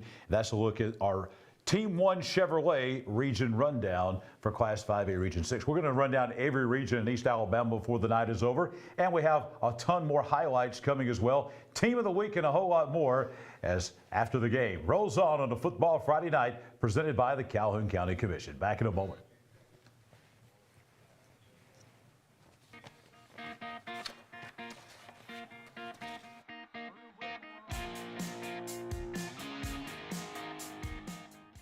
The Calhoun County Commission, made up of Terry Howell, Danny Shears, Fred Wilson, Carolyn Henderson, and Lee Patterson, ask you to take a look at what Calhoun County has to offer. Beautiful parks, neighborhoods, recreational facilities, historic sites, and museums. Our citizens enjoy a high quality of life and strongly support the arts. If you are considering expanding or starting a new business, take a look at what Calhoun County has to offer. You'll be glad you did. What does it mean to be a community bank? At Noble Bank and Trust, it means you're more than an account number, you're a valued member of our community. Whether it's checking, savings, a loan, mortgage, or line of credit, Noble Bank and Trust meets all your banking needs with exceptional technology customized just for you while making you feel right at home. Make the switch to Noble Bank and Trust, and we will make sure you're taken care of from beginning to end. Noble Bank and Trust, member FDIC, equal housing lender. After 15 years of supplying top-quality name-brand sports apparel to East Alabama schools, coaches, and athletes, Team Sports is adding a new player. Coming soon, McClellan Sports and Outdoor. Whether you're an athlete in search of football helmets, bats, or cleats, an avid sports fan looking for apparel from top brands, or simply an outdoor enthusiast searching for the perfect clothing and accessories, McClellan Sports and Outdoors has you covered. Visit McClellansports.com for more information. My dad taught me to fish right here years ago. But when an old sports injury started slowing him down, I knew we'd need to search for the latest procedures in knee and hip replacement. With physical therapy tailored to his needs, a dedicated team of doctors and nurses, and he'd want a fast recovery time. So where'd he find all that? Right here at RMC.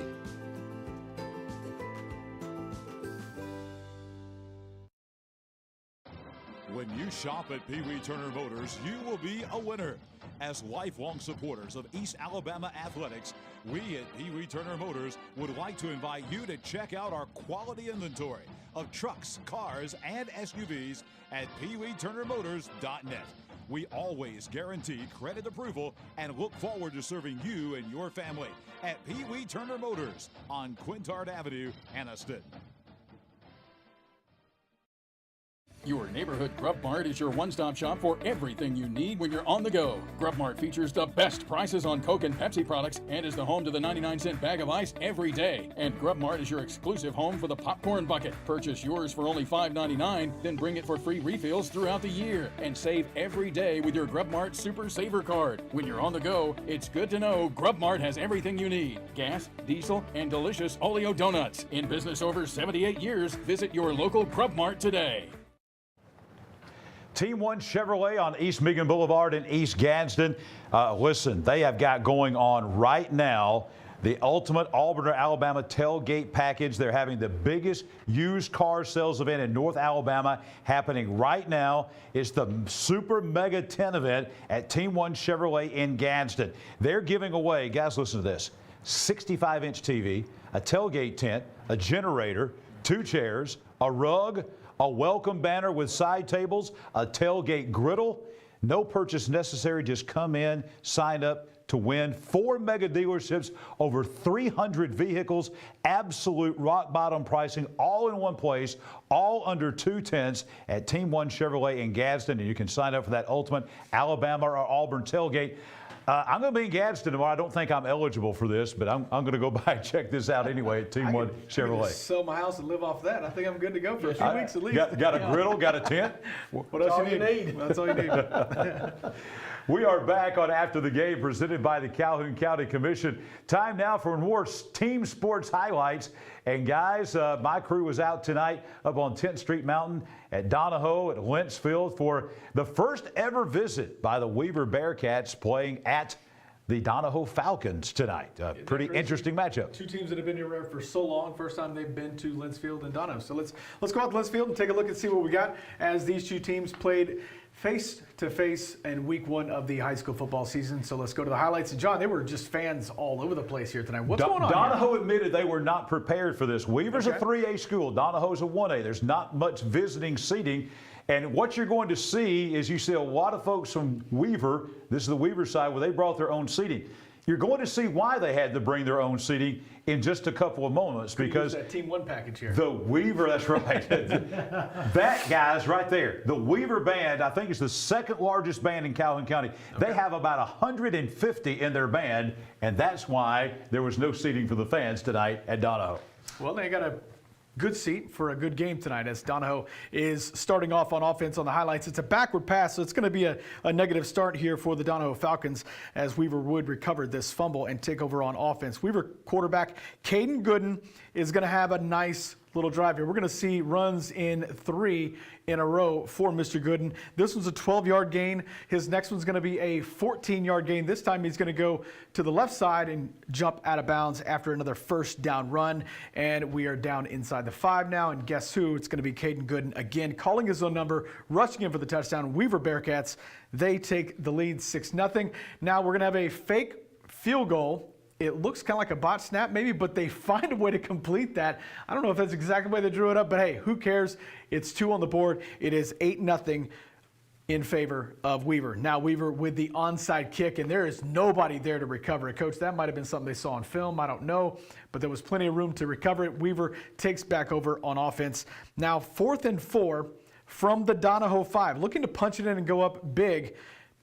Caden Gooden, though, looks like he's got a lane to run up the middle, but he's going to go to the right side, lose his footing. He's going to go down. They'll turn it over on down. So Donahoe now is in possession of the ball, but they're going to give it right back. A pick by Demarion Welch sets up the Weaver Bearcats at the 36-yard line.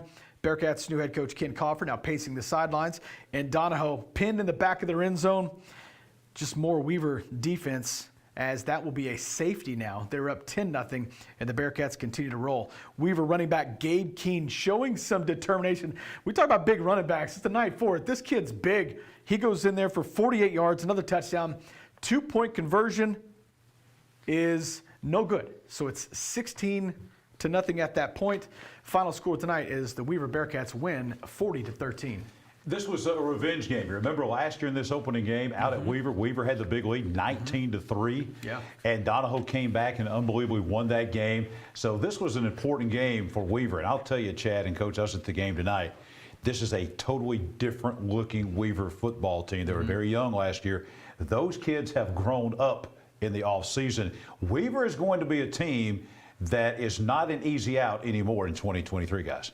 No, and the coach, Kofor, I've known him well for a long time. He's an old Georgia guy. He's been a head coach before, too. And the last 2 years he was at Cleveland County. He warned them in the paper. He's been warning them for weeks that you never know. Now, he's not a gambler like going and gambling his money. Okay. But he's a gambler on the field. He will onside kick. He'll fake punts. He'll do it all. Well, Tuberville. And he does it because he's just setting the tone for the people on down the road. You're going to have to work on it. You're going to have to get ready for it. And their quarterback will get plenty of runs because his offense is kind of like the old Cam Newton, run Cam Newton, but this kid can throw too. Yeah. So it's going to be really interesting. I think they're going to be a tough out. Now, I wasn't there, so I don't get to know, but he used to. If his kids jumped off sides, they're going to drop down and do push-ups. They did it. They did it. They jumped off sides, and Coach did not even have to say anything. Immediately when they jumped off sides, the ref threw the flag up, and all 11 guys on the defense, not just the linemen, the DBs. The DBs. Really? I guess that's a little bit of peer pressure. Yeah. Because those guys that are the safeties back there playing 10 yards off the line of scrimmage, they had to get down and do the push-ups too, even though they're not the guys that jumped off sides. But it was impressive to me. Team, that's right. It was impressive to me because Coach didn't say, all right, give me 5. As soon as the flag went up in the air, they all immediately hit the floor and I think did 5, 10 push-ups, whatever it was. That's what they've been doing in practice. Yeah. So you get, that rote memory, you get used to it, you might as well do it. I don't know if he told them they had to, but it was just you get to doing it. That means they've been jumping off sides some in practice. So you know him well. Is that why you had the little snicker a little bit whenever he went for the onside kick? It's like you're like, that's him. I wonder when it was going to come. He's going to go ahead and do it tonight. Yeah. He probably felt like he had more people, probably more athletes. So that's when I'm going to do it. May not do it in a real close game, but he's putting it out there for those guys. I was going to say, now it's on film, right? It's on film. Yeah, it's something they got to everybody can see it each week. Chad, you're going to be giving us a lot of highlights. It's a long season throughout the year. We're going to have a lot of Weaver highlights. You're going to be calling the name that you called out there a lot tonight, Caden Gooden. That guy can play for anybody in this part of the state. It doesn't matter what classifications. Or he got offers from Marshall. He's a young guy. This is a guy that is as good an athlete, a good football player as anybody around here. And, we've seen Weaver, it's been a minute. Yes. But we've seen Weaver be dominant in this area. It's been a minute. Maybe they can start getting back on that track now. What I'm excited about is we've got some good quarterbacks in this region, and we get to see them every week. There's going to be some good ones, and he's going to be one of those next guys that come up because he didn't have to tonight, didn't have to throw it. It may have took 5 hours to play, but he eventually is going to show that arm off too. Yeah. Chad, great job again on those team sports highlights for us coming on this football Friday night. You're going to work on some more. We're going to talk about some more Team 1 Chevrolet of Gadsden region rundown. We're going to go look at Class 1A. 2 1A regions, Coach, to talk about. Spring Garden won tonight. Raglan lost tonight. Wadley was a big win tonight. A revenge game for them, winning over Horseshoe Bend. Donahoe with a loss. Victory lost tonight, which is a bit of a surprise. Winterboro won. TCC lost again. This region, again, is pretty tough. There's some teams in this region that have struggled a little bit, like TCC. Don't know about Victory so far this year, but Winterboro looks to be much improved. I think Donahoe is going to be okay. And then Wadley, Raglan, Spring Garden, that's as good as you're going to find in 1A in North Alabama. Spring Garden, Wadley, Winterboro, and then whoever them other ones are going to try to get in there. Because I've seen all those people practice and play. I got to see some of the Wadley kids. I mean, they're a real young football team too. They were young last year. And when their coach Motley says, I'm excited about this group back during media days, then you better watch out. That's going to be Spring Garden and Wadley and Spring Garden and Winterboro and Wadley. Those three right there are going to get after each other. We are going to see next week a phenomenal football game because that's 1A Region 6. You see right there, Spring Garden, 1-0. 1A Region 7, as we take a look at our Team 1 Chevrolet of Gadsden region rundown. Class 1A Region 7 is the next one coming up, and you're going to see in that region kind of the teams that are in the north, and one of those teams is Coosa Christian. Coosa Christian and Spring Garden play next Friday night at Spring Garden. Let's kind of take you back a year ago. Spring Garden rolls into Gadsden in this same week, week 2 of the season. They beat Coosa Christian 27-0. In the second round of the playoffs, Coosa comes to Spring Garden, and Spring Garden, had the game in control, but Coosa fought valiantly. They won the game, kicked the field goal there at the end, wins it 31-28. Coosa goes on and is within a Hail Mary pass of making it to the Super 7. Coosa Christian is loaded again. Spring Garden's loaded again. Probably the two favorites to win these two regions, and they play each other. It could be a playoff preview again, Coach. Next Friday night again, the game will be at Spring Garden. After the game, we'll be there certainly to get highlights of that game. Yeah, and you know, Coach has got a real task ahead of him this week because, you know, they were real excited about game one. And they were real, you know, up. You know, we're going to be, they just had a lot of confidence. If he can get those kids' confidence back up, and I don't think it'll be a problem, but getting those kids' confidence back up this week, but I expect a marquee matchup out there because it's going to be two different styles. One team's going to try to use all their speed, and Spring Garden's going to play like a Welborn. We're going to line up right here, and we're going to try to keep the ball away from you. The key to that game is if Spring Garden can keep the ball away from those good athletes, then they won't have the opportunity to use them. You know, I think Coach Christian had a couple interceptions the other night that they normally wouldn't have. So I'm excited to beat that game. I may end up running up through there to get me a steak sandwich first, and then go out there and watch that game because there's going to be a lot of hitting going on, and that's kind of becoming a big rivalry there, those two. It has become a big rivalry, and the rest of the teams in that region, Valley Head maybe not quite as strong as last year. Appalachian hearing a lot of things. You know, they were state baseball champs, and they've got a lot of those guys out now playing football. A lot of returnees coming. Cedar Bluff, a lot of enthusiasm with new head coach Garrett Crane coming in there, longtime assistant coach. So that region's going to be pretty tough, but I think if you start looking at that, start looking at favorites, Spring Garden, Coosa, probably the two favorites in those two regions, and then they will be playing each other next Friday night out at Jason Howard Field at Spring Garden. We'll be back with more after the game presented by the Calhoun County Commission.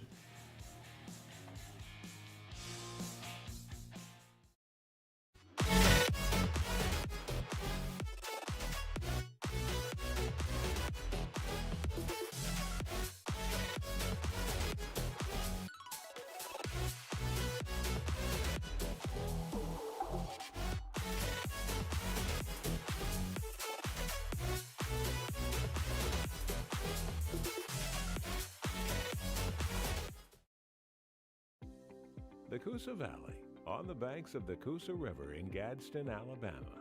Fishing, boating, and paddling, and home to Team One Chevrolet. Team One Chevy has been serving generations for years. Even the grandkids are grown. Come by and see why so many people come back to Team One Chevy in Gadsden. Home of the best people, the best service, period.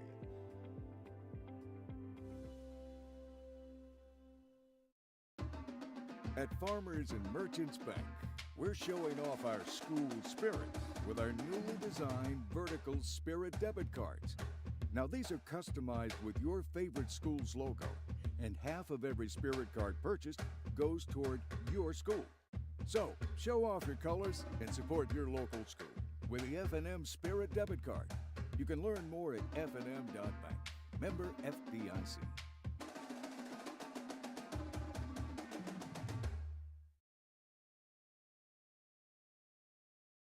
Anniston Orthopedics continues to provide a legacy of outstanding sports injury care on and off the field, keeping our players in the game. Anniston Orthopedics offers our Saturday morning sports injury clinic from 8 to 10 a.m. throughout the high school football season. Anniston Orthopedics also offers full-service physical therapy and occupational therapy departments. To learn more, visit our website at www.annistonortho.com. Anniston Orthopedics, located in the Tyler Center adjacent to RMC. We're excited to announce that starting this April, we'll be entering into the cabinet business. With that in mind, we're going to change our name to Ted's Floors and Beyond. The Beyond encompasses everything that we do in addition to all of your flooring needs. We've partnered with Wildberg Cabinet Company, who makes the highest quality cabinets in the industry. So when you're ready for a complete kitchen or bathroom remodel, shop Ted's.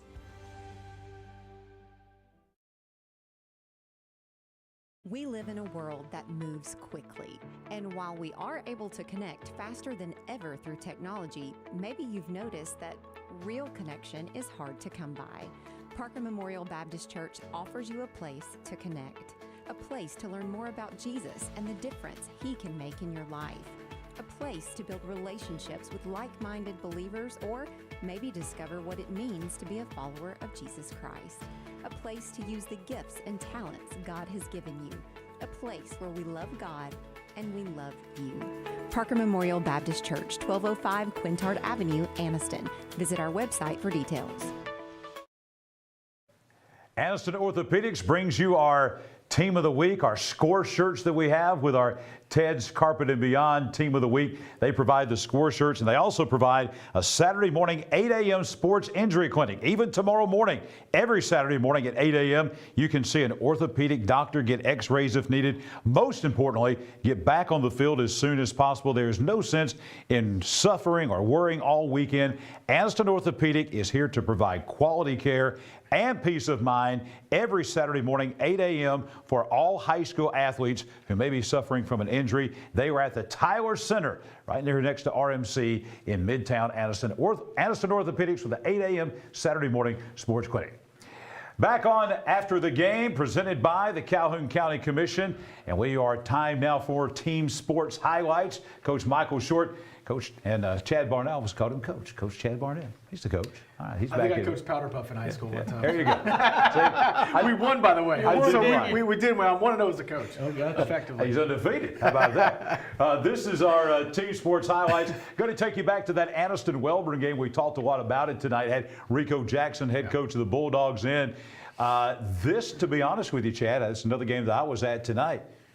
This was a game that Welborn was in control the entire first half, but it turned with 57 seconds to go until halftime. Yeah, we'll see a little bit of that man we were talking about earlier making some big plays tonight out at Anniston. Let's go out to Lott Mosby Stadium and check out some of the highlights as the Welborn Panthers come across town, taking on their, I guess, crosstown rival, Jeff Smith, longtime Welborn head coach. How long has he been there now? 15 years? It's been there for a while now. 16, you know what he's always liked? He's always liked hard-nosed, aggressive, gritty football, and that is exactly what Andrew Salter gives him. Look at him. He's just fired up, ready to go. They want to win tonight.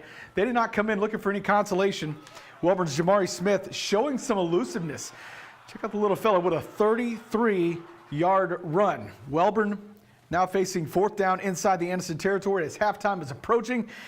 And here he goes. Everybody get a gander at him. On a high school field for just a few more games this year. Jaden Lewis, 92 yards, back for a touchdown. And that is going to turn things, as you mentioned, John. That was kind of the turning point of what you saw, right? It was. It was no doubt the turning point of the game. I think Coach Jackson alluded to that. That was the turning point. So Anniston quarterback Gavin Doss calls his own number for the two-point conversion, now tied at 16 apiece. There you see Rico Jackson, impressive guy as he was in here earlier talking about his Bulldogs. Now we pick it back up in the third quarter. Anniston is now leading Welborn 24-16. Welborn fumbles the ball and Anniston is going to recover. Anniston's TK Downey is on the receiving end of this 13-yard pass. Great catch from quarterback Gavin Doss, and he goes down to the Welborn 2-yard line. Next play, Doss carries it in for 2 yards for another Anniston Bulldog touchdown. Jaden Lewis now with a direct snap. Looking strong. Into the end zone for the two-point conversion. Anniston now up 32-16. The final 38-22. The Bulldogs look impressive, but even in the loss, Welborn's looking impressive too. They absolutely were, as if this game could have gone either way there at halftime. And then Anniston with those two big plays from Wilson. And we mentioned in between, we want to mention this too. In addition to the interception return just before halftime, the opening kickoff of the second half, they kicked it right to him. He picked it up, came it across the field, and went 75, 80 yards on the kickoff return of the second half for a touchdown. And then the first half, he also had another long touchdown offensively. So he is a weapon. Coach, you and I always talk about how those guys that are next level SEC guys are just head and shoulders. I always use the word evident. It's evident that they are a big-time player. And it was evident tonight that Lewis is just on another level than most everybody else on the football field. He is, and I'm gonna say a name here, and y'all both would know it. Protho. He reminds me of a Protho. Okay. But because you got a kick return for a touchdown, kickoff return, a punt return, an interception return, a screen pass for a return, and run one. He scored 5 times. He almost scored every which way he could score. That's Protho-ish is what I call it. And I'm putting him up. That's a great name. And I expect great things out of him. Okay. But he does so much.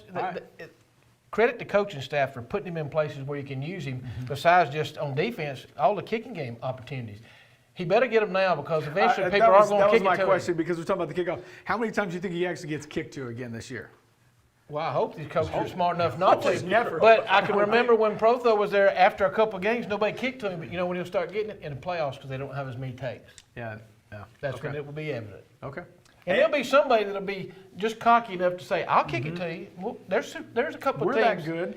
There's a couple of teams that'll kick to him. I promise you. You saw other glimpse there, Chad, in those highlights. TK Downey, the transfer from Alexandria, caught a tough pass down there at the goal line from Gavin Doss, who was the starting quarterback from Sachs last year, who was a great player. So they can throw the football as well. Anniston's got a lot of ways to attack you, especially on the perimeter. They got a lot of guys on the perimeter that can cause you a lot of problems. So I was out a little bit last year. I didn't get to cover it as much, and I always thought that maybe the question at quarterback was going to be something because they lost a big quarterback last year. Yes. And filling that role, being able to get back to that same stage, but it looks like they've got somebody pretty good in there. Oh, he's very good. Yeah, they're not going to ask him to do.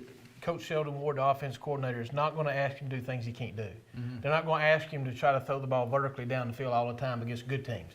They're going to use his speed with his feet and get the ball out on the perimeter and get it to those skill players and let them make plays. Yeah. I mean, he may have 200 yards passing and never threw a pass over 20 yards.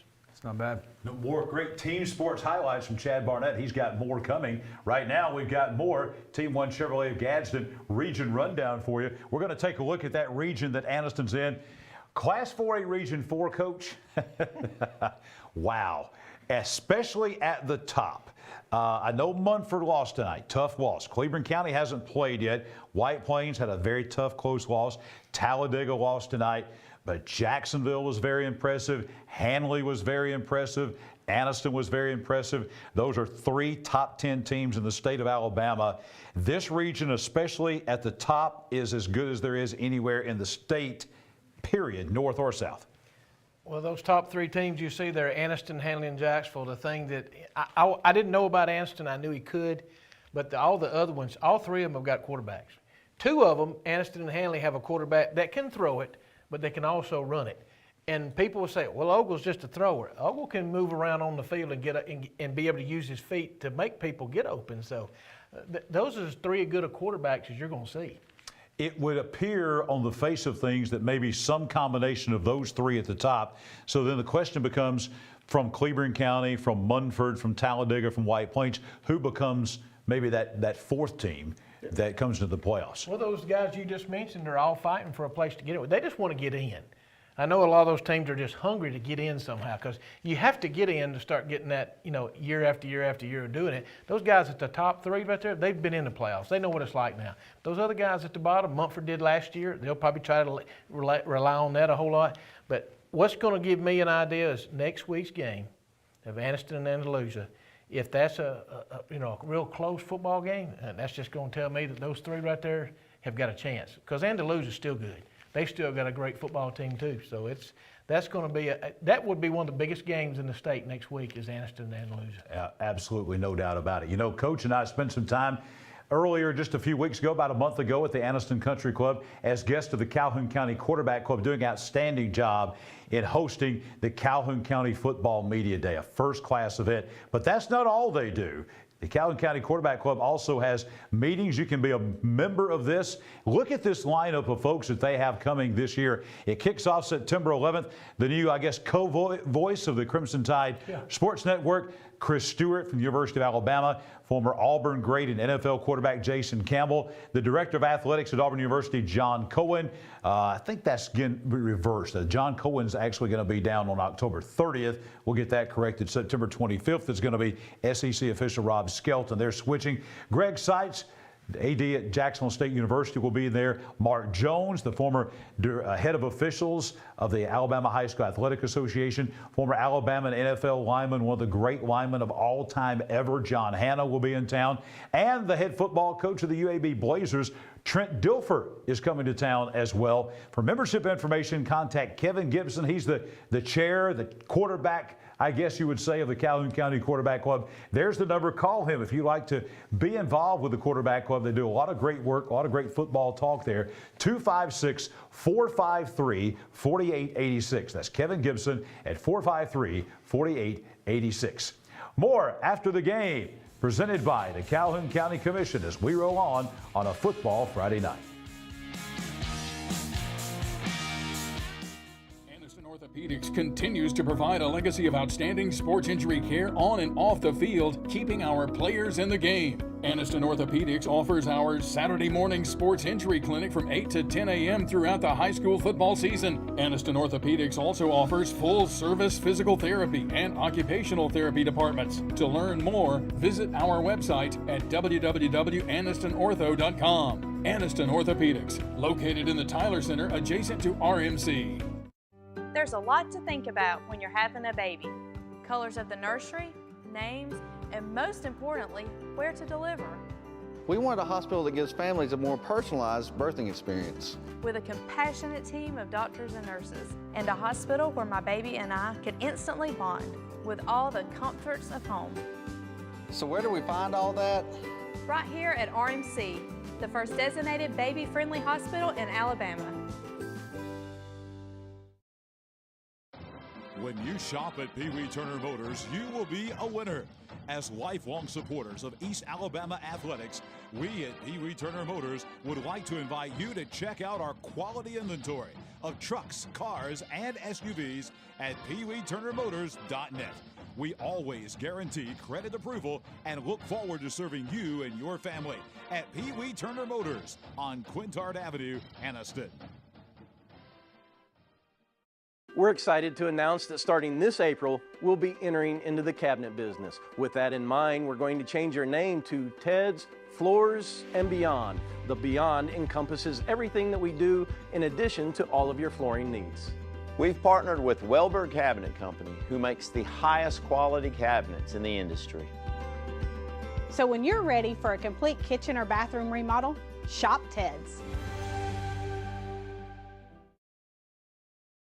What does it mean to be a community bank? At Noble Bank and Trust, it means you're more than an account number, you're a valued member of our community.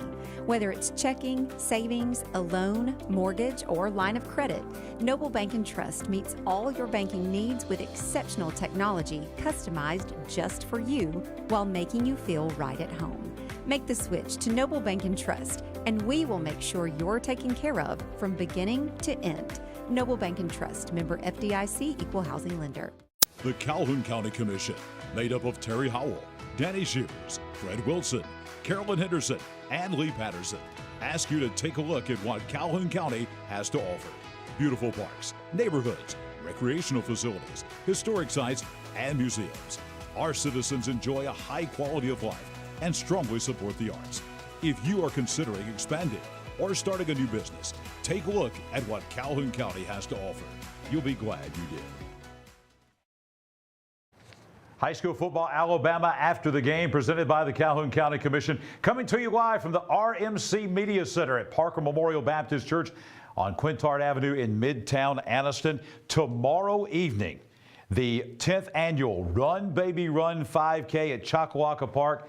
It starts at 6 o'clock on Saturday. I respect those people that are going to be out there at 6 o'clock tomorrow evening that are going to be running in this Run Baby Run 5K. It's a $25 sign up. Great fundraiser, though. They raise funds for the labor and delivery department at RMC. They buy bereavement boxes and other needs that they provide for their clients and patients there at RMC. It's the 10th annual Run Baby Run 5K at Choccolocca Park tomorrow evening at 6 p.m. Back with Coach Michael Short here on After the Game, presented by the Calhoun County Commission. Coach, we're going to run through some more Team 1 Chevrolet of Gadsden region rundowns now. We're going to run through the three different regions right here, beginning in Class 3A Region 6. Coach, you and I have talked about this a lot.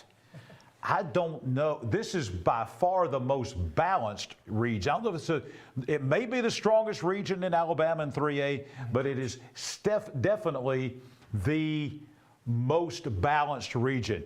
Coach, there's not really, I don't think on the face of it, we haven't seen Glencoe play. We haven't seen Hoax Bluff play as of yet. And we haven't seen Piedmont play regular season. They were in a tight game in the Jamboree tonight with 5.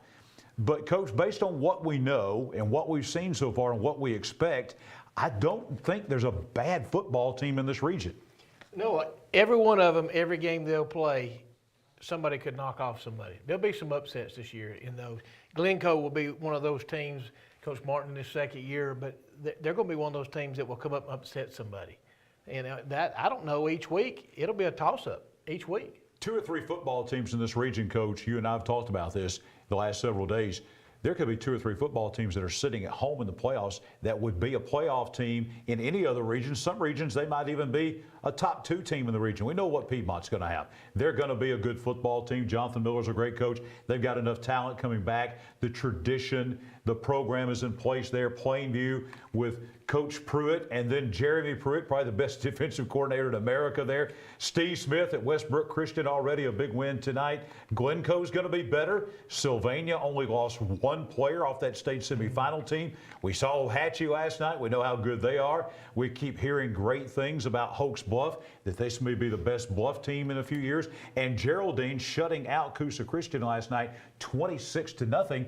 So you're looking at a Geraldine team that is absolutely, this Geraldine team is loaded. They beat Coosa Christian last night, a top 10 1A team, 26-0, and they are loaded as well. This is just an unbelievable region. It's going to be a fun, of all the regions that we cover, about a dozen here in East Alabama, it's probably going to be the most interesting region race, I think, of all the regions 1A through 7A. I hate to say it this way, but if these teams played in Vegas, nobody would want any of it, because that's how close they are. Every one of them are going to be very close, and to me, this is going to be probably one of the most interesting regions to watch this year and to keep up with, because every week it's going to be different. We're not going to be able to say, well, you know, they're so much better than the other ones. If they all stay healthy, when we get down to the end, there's going to be 3 teams, like you said, maybe 4, that's not going to get in the playoffs and could easily beat some of the teams that those other teams are going to go play. Let's take a look at Class 2A Region 4 now. And that is a region that on the face of it, it looks like you've got B.B. Comer at the top and everybody else. No disrespect to Vincent or Isabel or Thorsby or Ranburn, any other teams there. But let's be honest, this is the state runner-up from a year ago with Kamori Harris back, who is one of the best football players in this state in any class, already committed to play at Memphis. It's B.B. Comer probably to lose. I know Adam Fawcett doesn't want us to say that. And there's some talent there, Vincent and Isabella and Thorsby and Ranburn and places like that. But B.B. Comer certainly is the favorite in this region. They are. And then when you start talking about Vincent, Isabella, Thorsby, and Ranburn, I went and actually personally watched Ranburn and White Plains tonight. And Ranburn is a very much improved football team. They were young last year, and they actually, you know, they got their new flashing lights and their new field house, and they actually named their field house after Chad Young tonight. I saw that, where they named that after former coach and now Cleveland County Superintendent of Schools Chad Young tonight. So congratulations to Mr. Young on that big naming. He's a Ranburn guy through and through, so I know that meant a lot to him. But I watched Ranburn tonight, and they can throw the football. They can run the football. They're very physical, and they play good defense. Well, those are all the things you need to give yourself a chance. So I think they're going to be a sleeper to keep an eye on. It's Ranburn Bulldogs. And now let's take a look at 2A going north, Class 2A Region 6. Those are the southern teams in 4. 2A Region 6. This one, Coach, may be the most wide open region of all. And the team right now that I'm hearing the most buzz about in this region is Locust Fork. Locust Fork has a lot of folks coming back. They beat Appalachian last night, and we've been hearing a lot about Appalachian in 1A. They beat them 61-20 last night. So Locust Fork seems to be the team in control there, but Cleveland's always good. Southeastern's always good. Look out for West End. We talked with Derek Sewell at the Etowah County Media Day. They had a turnaround breakout season last year, won 7 games and made it to the playoffs. And I'm not so sure that Pleasant Valley might not have something to say in that region also. Well, I know Coach Nix likes his football team. And when he likes them that well and he likes his front, and that's what I like to hear a coach talk about, how good they're going to be on the offense and defensive line, that will give him a chance to win games. Locust Fork, the reason I like Locust Fork is they're going to think I'm crazy. They used to be 4A. We used to go play them. You know, and they've gotten smaller and smaller, but they still have, the players are around there. It's just getting them all out to play.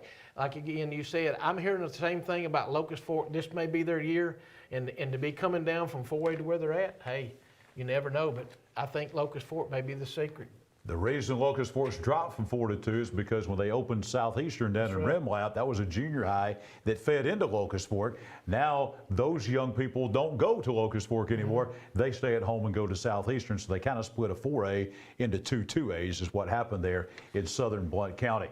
Now let's take a look at our next extra point of the night. Our Red Threads extra point number 3 of 4 extra points that we bring you every Friday night here on After the Game. This is interesting. 2 schools in the state will have new names and nicknames to begin the 23-24 school year. Jeff Davis High School Volunteers, no more. Down in Montgomery, they're known as the Jaguars. And the Robert E. Lee High School Generals, no more. 2 tradition-rich, great programs. No more Lee Generals. They are now the Percy Julian Phoenix. So when you hear about the Percy Julian Phoenix and the Jaguars, just know that's the old Jeff Davis and the old Robert E. Lee. Something new in 23-24 for our Red Threads extra point. Back with more of After the Game presented by the Calhoun County Commission in just a moment.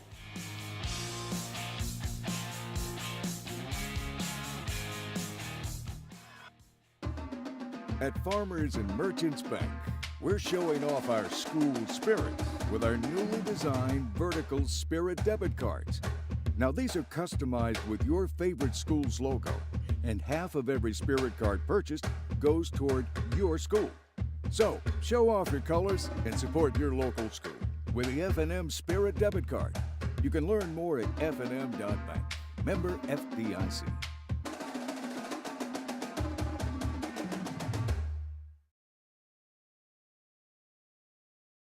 We live in a world that moves quickly, and while we are able to connect faster than ever through technology, maybe you've noticed that real connection is hard to come by. Parker Memorial Baptist Church offers you a place to connect, a place to learn more about Jesus and the difference He can make in your life, a place to build relationships with like-minded believers, or maybe discover what it means to be a follower of Jesus Christ. A place to use the gifts and talents God has given you. A place where we love God and we love you. Parker Memorial Baptist Church, 1205 Quintard Avenue, Anniston. Visit our website for details. Your neighborhood Grub Mart is your one-stop shop for everything you need when you're on the go. Grub Mart features the best prices on Coke and Pepsi products and is the home to the 99-cent bag of ice every day. And Grub Mart is your exclusive home for the popcorn bucket. Purchase yours for only $5.99, then bring it for free refills throughout the year. And save every day with your Grub Mart Super Saver card. When you're on the go, it's good to know Grub Mart has everything you need. Gas, diesel, and delicious Oleo donuts. In business over 78 years, visit your local Grub Mart today. After 15 years of supplying top-quality name-brand sports apparel to East Alabama schools, coaches, and athletes, Team Sports is adding a new player. Coming soon, McClellan Sports and Outdoor. Whether you're an athlete in search of football helmets, bats, or cleats, an avid sports fan looking for apparel from top brands, or simply an outdoor enthusiast searching for the perfect clothing and accessories, McClellan Sports and Outdoors has you covered. Visit McClellansports.com for more information.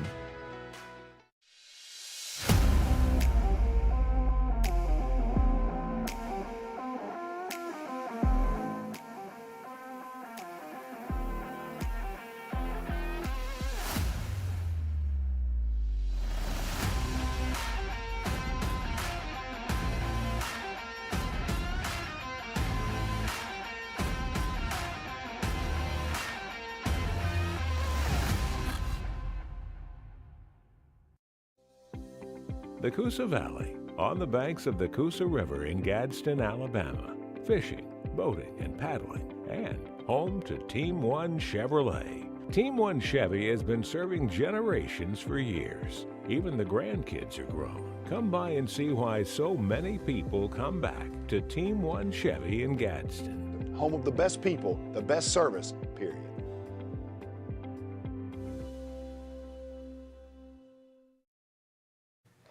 Great news sponsor here of high school football, Alabama's After the Game, USA Softball of Alabama. Visit their USA Softball of Alabama Facebook page to take advantage of their fall package deal where you can play an unlimited number of Saturday-only tournaments, just $500 per team. The deadline is September 10th to sign up. USA Softball is the national governing body of softball in the United States.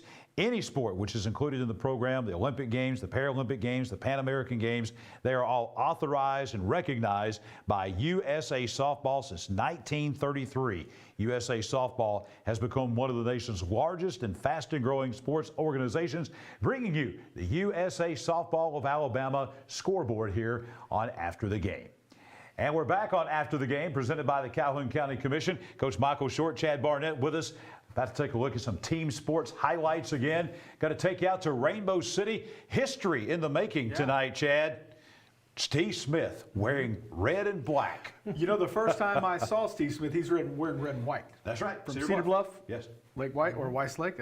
I'm having a hard time with that Lake Weiss thing tonight. Weiss Lake, that was the first time I saw Steve Smith. Now he just interchanges the white for the black, and here he is out at Westbrook Christian now, starting off after a phenomenal career coaching at Piedmont. We arrived. Westbrook was down 21-7 at the half. Beautiful catch. Nice throw by Grayson Carroll. Big completion for the Warrior first down. And then this is going to be a Westbrook touchdown straight up the gut. And we are going to be within a score depending on the extra point.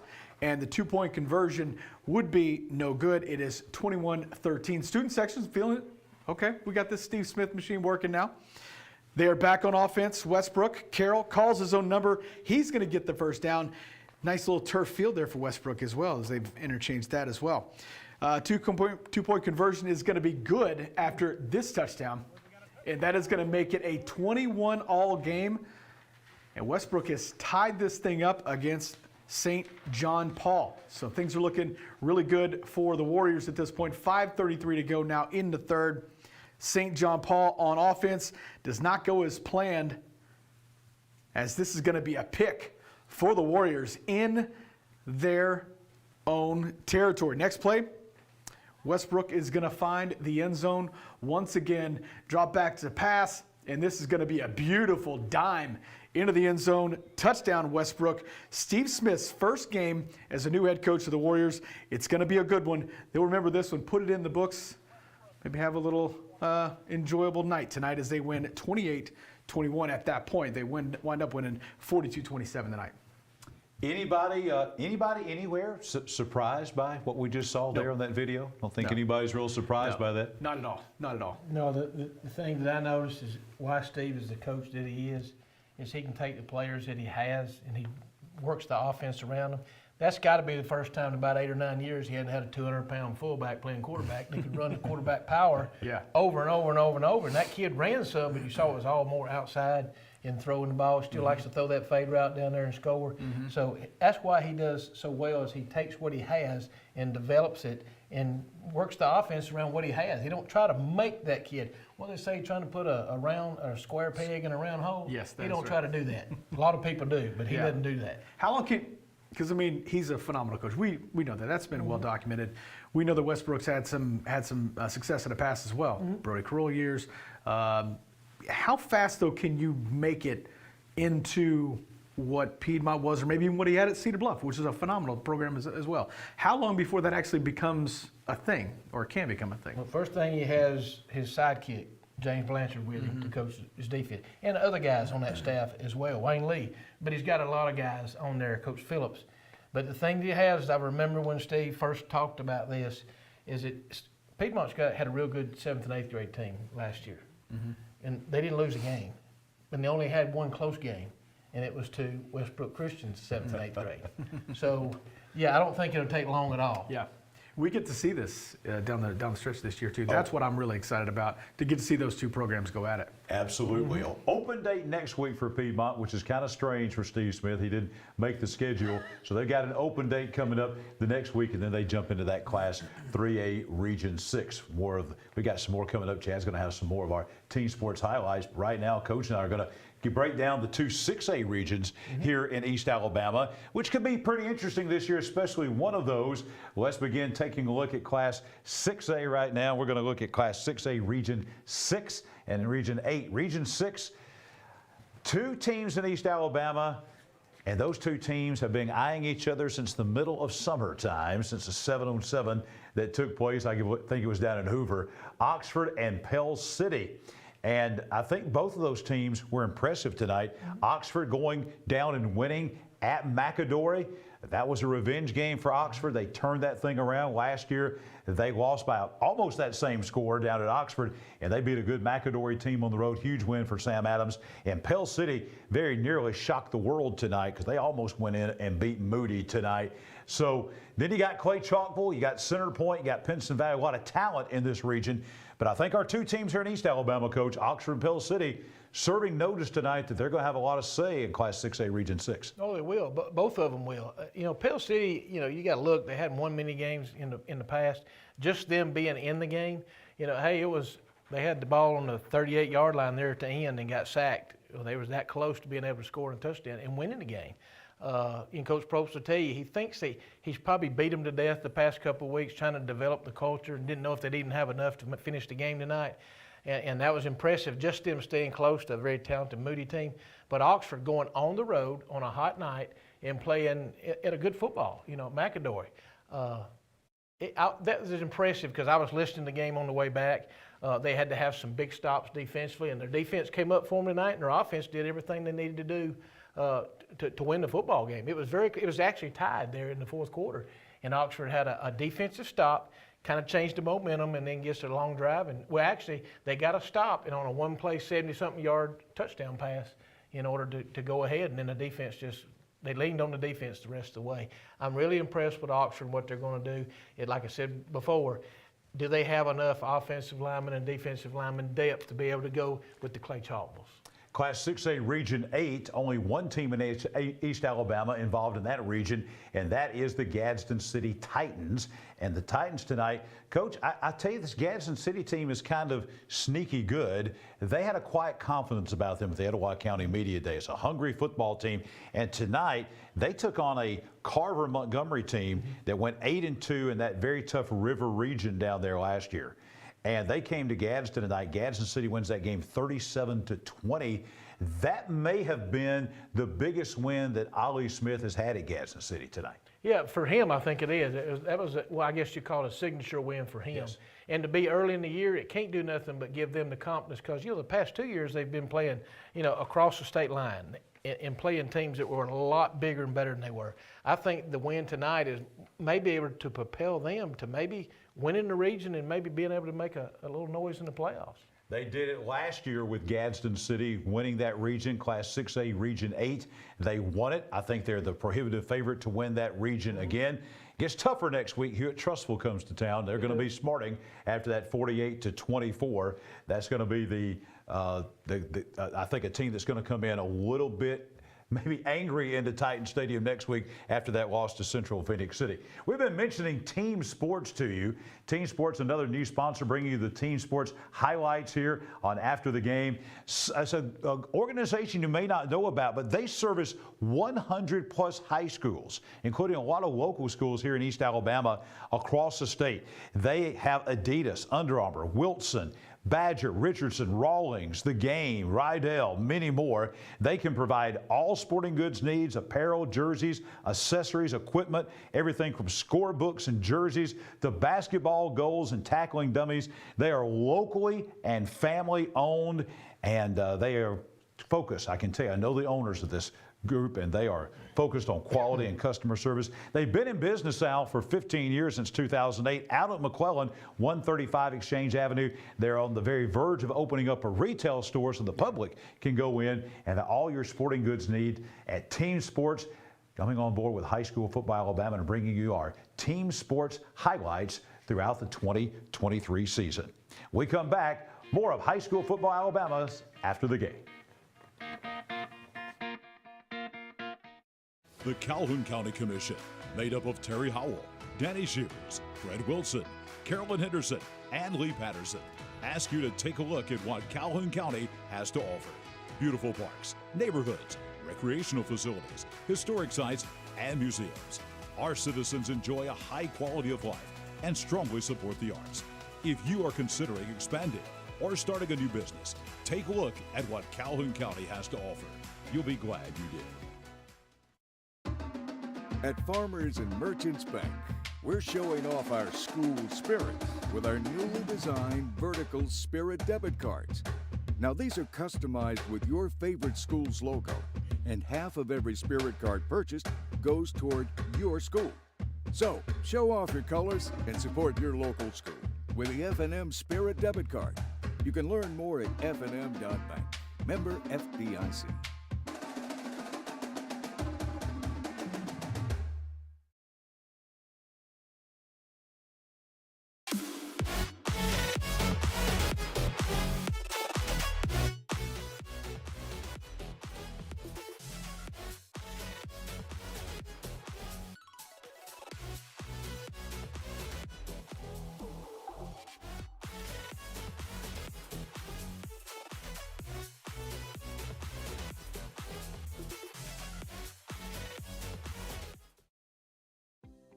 The Coosa Valley, on the banks of the Coosa River in Gadsden, Alabama. Fishing, boating, and paddling, and home to Team One Chevrolet. Team One Chevy has been serving generations for years. Even the grandkids are grown. Come by and see why so many people come back to Team One Chevy in Gadsden. Home of the best people, the best service, period.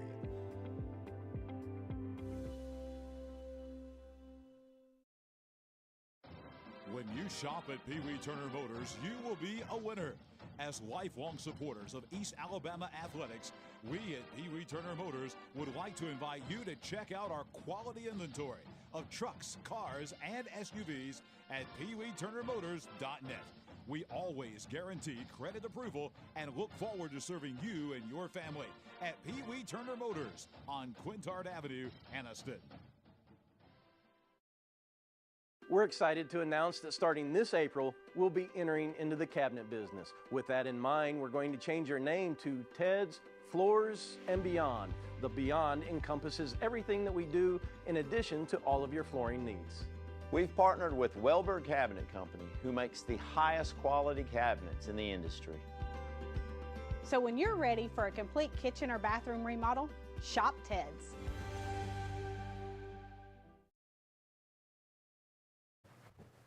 Pee Wee Turner Motors is this area's longest established used car dealer. South Quintard Avenue in Anniston began in 1969. 54 years later, thousands of satisfied customers. They're still going strong, selling quality late model vehicles. You can give them a call at 237-4649 or visit them even tomorrow at 512 South Quintard Avenue in Anniston. Back on After the Game, presented by the Calhoun County Commission. Coach Michael Short, Chad Barnett with us on this football Friday night. Time for team sports highlights. Chad, you were on the road tonight down in Talladega County. A couple of stops down that way. One of those at Munford, a county. Both of these games were county rival games. Yeah. Munford and Childersburg. What a bit of a surprise tonight down at Munford. I would say so. Shooting down 21, going to stop off at Munford down there. And the thing was, when we get there, it was just about 5 minutes left in the first half.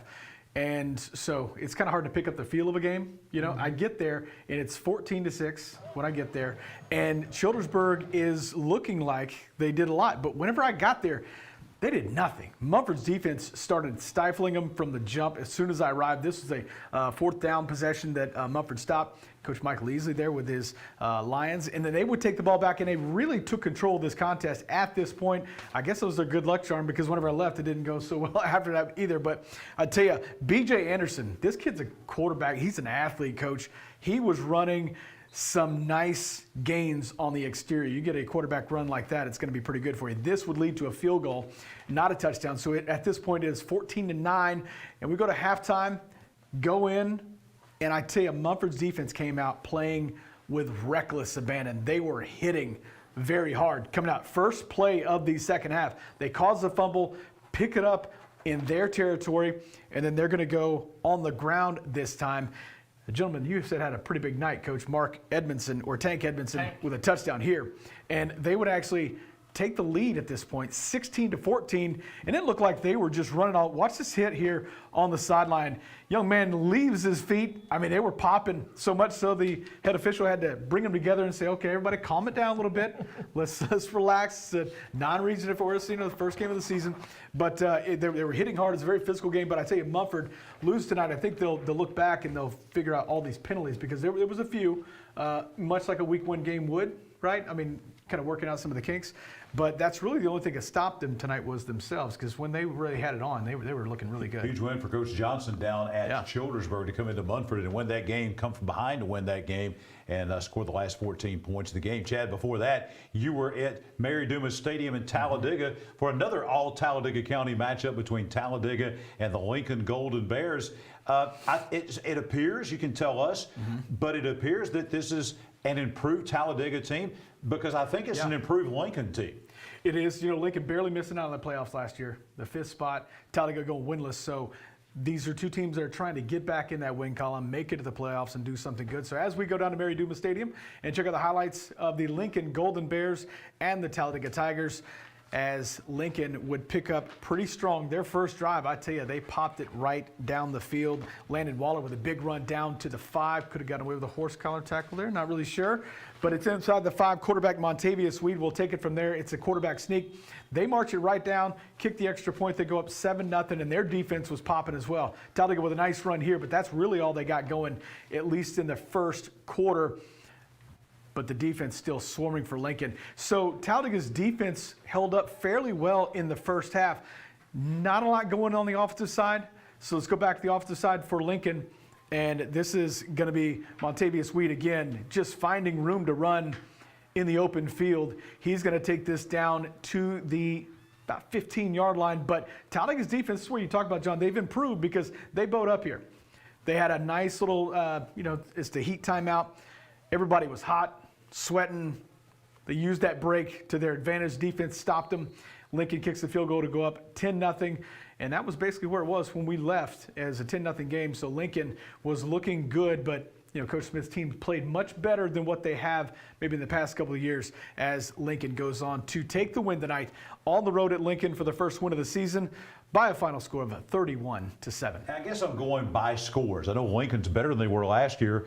It's 31-7 this time. Last year, Lincoln beat them, I think it was 54-0. Yeah. So just going by that, it seems like the Talladega, you mentioned a couple of times there where they bowed up. Sure. So it seems like that they're more competitive. They are, and I got to throw two things in. The kicker from Munford is an all-state kicker and also won the state championship cross-country last year. Okay. And the kicker from Lincoln is an all-state kicker. So you saw that both of those long field goals, or even a short one was 30 yards past the goalpost. Both of those kickers are all-state. I just thought I'd bring that up. No, it's a good point, because in the Munford game, Coach Easley, he could have went for it on 4th down there towards the end of the first half, but he showed great confidence, didn't hesitate at all. Let the clock run down to about 9 seconds, so, Childersburg had no time on the clock. Marched the kicker out there, popped through the uprights. There we go. He won a state championship last year as a track meet, and then came and kicked a long field goal for him on Friday night. Guys, coming up in just a couple of moments, we're going to have our first East Alabama Top 10 presented by Awards to Remember. And Awards to Remember, I don't know if there's another company or business that supports high school sports and youth sports in East Alabama more than Robert Smith and his fine folks out in Ohatchee at Awards to Remember. Celebrating 40 years in business, one of the top 10 awards dealers in the Southeast for plaques, trophies, medals, all types of awards. Go to awardstoremember.com, one of the best websites in the country. They have over $100,000 in new screen printing equipment. If you have anything that you need as far as awards or screen printing, see Awards to Remember, 4017 Alabama Highway 144 in Ohatchee. When we come back, we'll have that East Alabama Top 10, and we'll also name our Ted's Carpet and Beyond Team of the Week for the first week of the 2023 season, and we'll close the show in just a moment.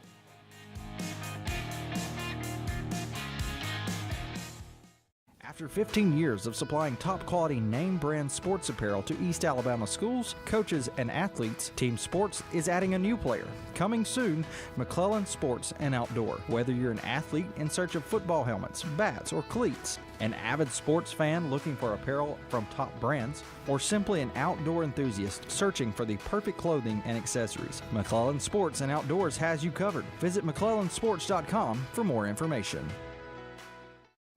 I can't imagine life without Gwen, but we came dangerously close. I was having chest pains. Luckily, there was a hospital nearby that quickly discovered one of her arteries was 100% blocked.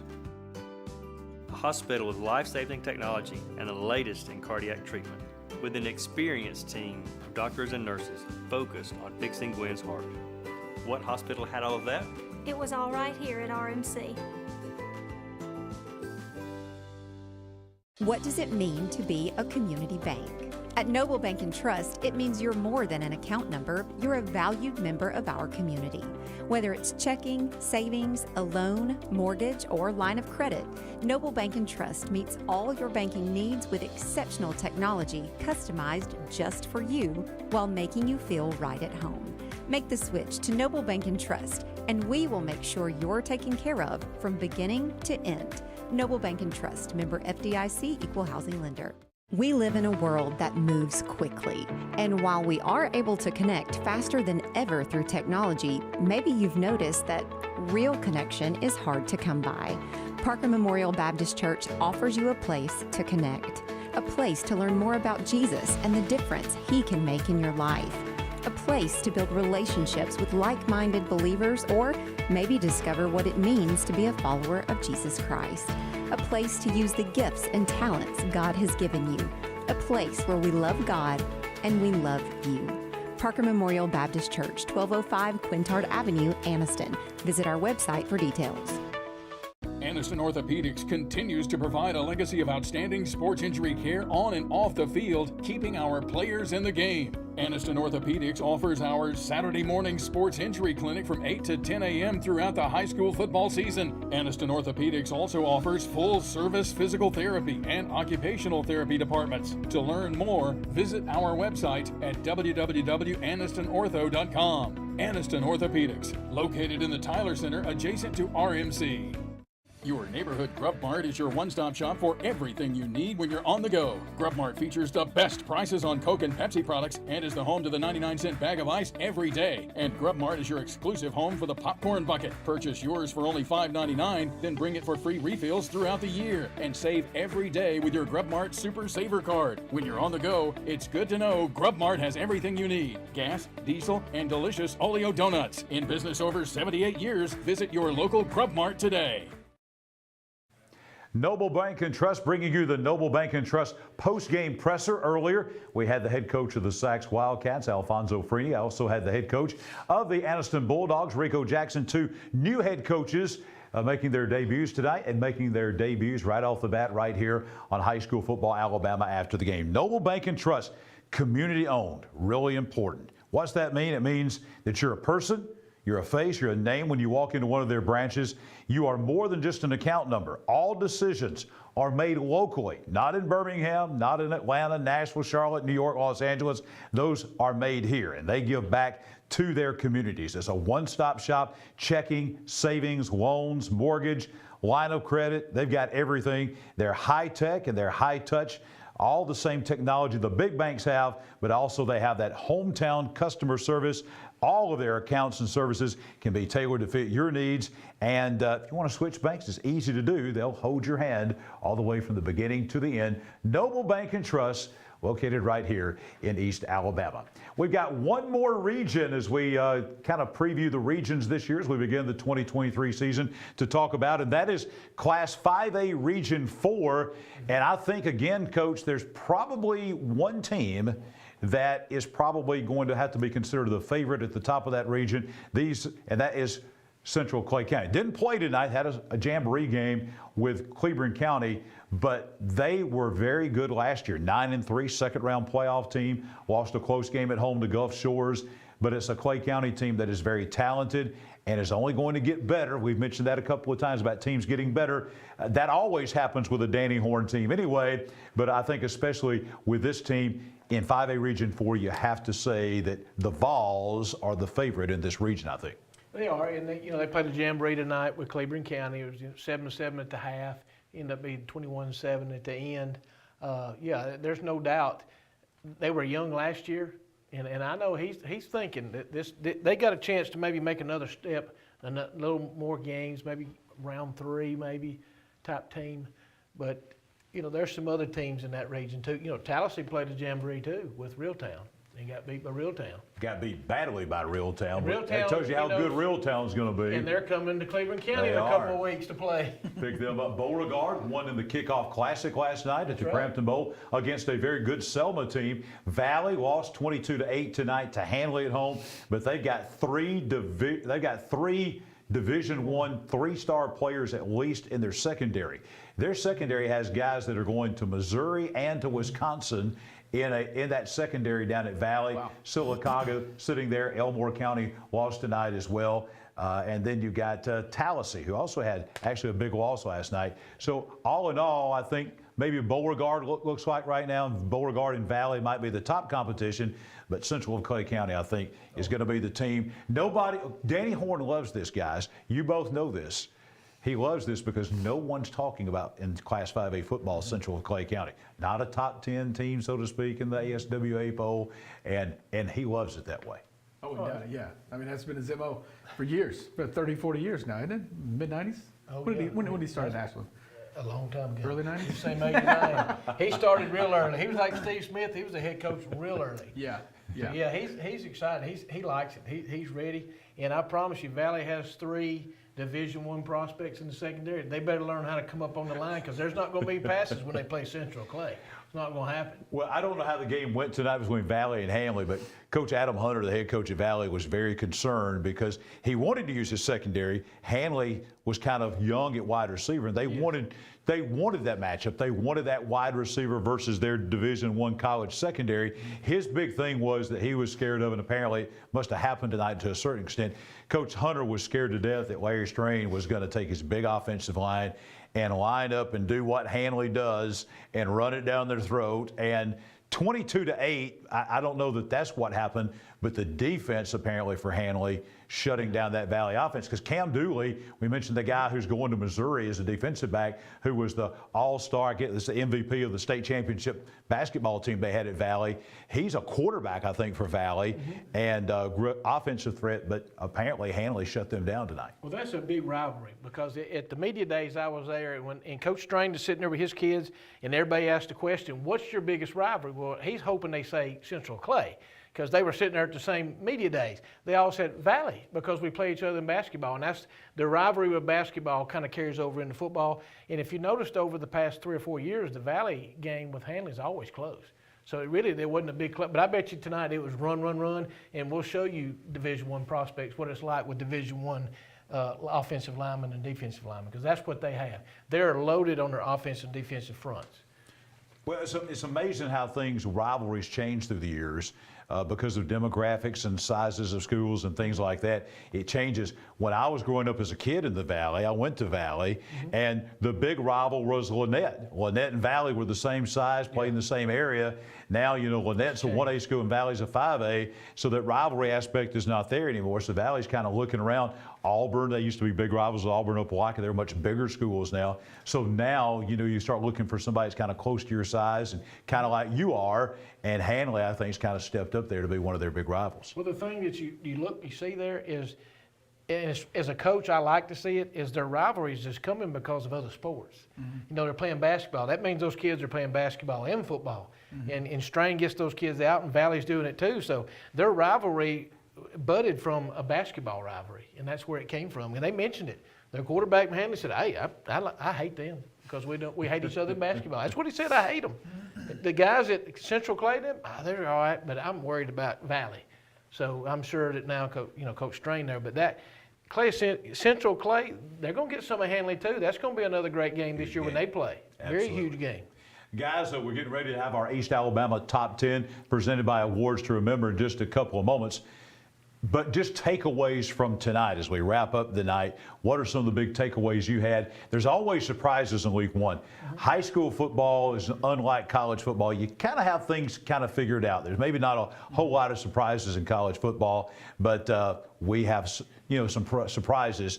And we had some surprises tonight. So right now, we got our East Alabama Top 10 presented by Awards to Remember. And I guess this is kind of, I guess, guys, a power poll. So we want to tell folks out there, you're going to see some 1As on here ahead of some 6As. That doesn't mean that we think that Spring Garden necessarily is going to beat Oxford head-to-head. We're talking about how powerful they are relative to, sounding like Nick Saban here, relative to their competition. So number 10 in our East Alabama Power Poll is the Oxford Yellow Jackets. I think that win tonight at McAdory, guys, was big enough to put them in at number 10. Number 9 in the Power Poll, that team is going to be Coosa Christian. To be honest with you, I had them way higher, even though Geraldine beat them 26-0. That's a really good Class 3A team. So Coosa Christian still in there. Number 8 in the Power Poll, presented by Awards to Remember. See if we got that. Wadley, very impressive tonight. I think they're going to be a team that's going to be heard from in North Alabama. 1A Coach Short says, going up, we're going to get your reaction to all this, both of you guys, in just a moment. Number 7 in our East Alabama Top 10.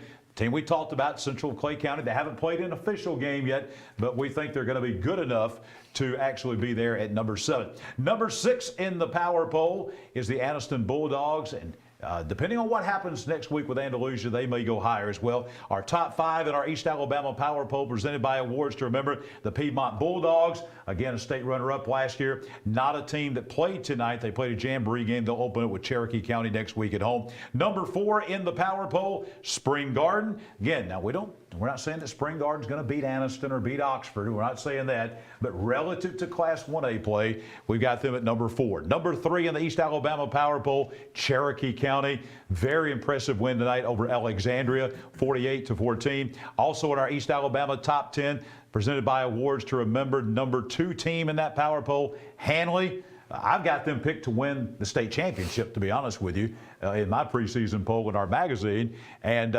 look, we might. Listen, Hanley's in the South. Coach just pointed this out. Hanley's in the South, Cherokee County's in the North. That is my state championship game. That's what I've got picked, Hanley and Cherokee County at Bryant-Denny Stadium. And number 1, B.B. Comer. They were the state runner-up, got everybody back. Going to be a tough team. Anybody in South Alabama, they could be undefeated, guys, when they roll into Tuscaloosa, and there may be a rematch with the Fife Red Devils. So tell us about you guys, your thoughts on these 10 teams.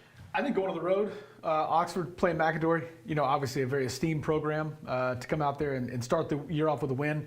It's a program that, some of those nail biters maybe hadn't gone their way the last couple of years to get that first one on the board like that. I think that's a very impressive start for them for sure. But, to me, the most impressive so far, I know some haven't played yet, but that Cherokee County win tonight over Alexandria, just absolutely impressive. They've looked the best so far out of what's on the board, in my opinion. Coach, what jumps out about these 10 teams?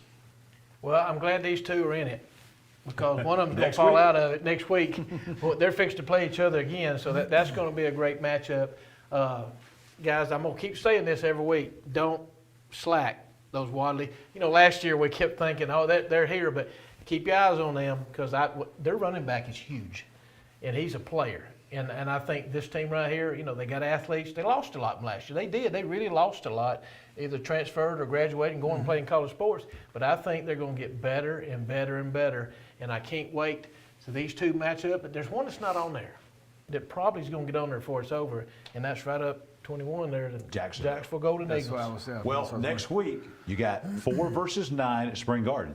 You also have next week 3 versus 5 at the Field of Champions in Piedmont, Cherokee County and Piedmont. So there's going to be a big shakeup in this poll coming next week.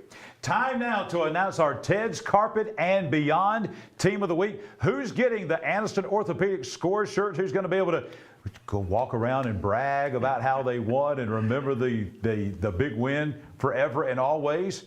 It's going to be a team that's never won our Ted's Carpet and Floor Team of the Week before. Our Ted's Carpet and Beyond Team of the Week for this week is The Westbrook Christian Warriors of Coach Steve Smith, they were down 21-7. 21-7, and they came back and won very impressively. So congratulations to our first Ted's Floor and Beyond Team of the Week. The Westbrook Christian Warriors will have those Anniston Orthopedics score shirts, and we will be in Rainbow City to present those to the Westbrook Christian Warriors. Congratulations to them. That's going to wind up our show for tonight. For Chad Barnett, Coach Michael Short, and our entire hard-working team on a long Saturday. It is Saturday. It's 12:51, a long Friday and a long Saturday. We'll see you back here next Friday night at 10 o'clock for High School Football Alabama's After the Game, presented by the Calhoun County Commission. After the Game is a production of Fairfax Garden Media.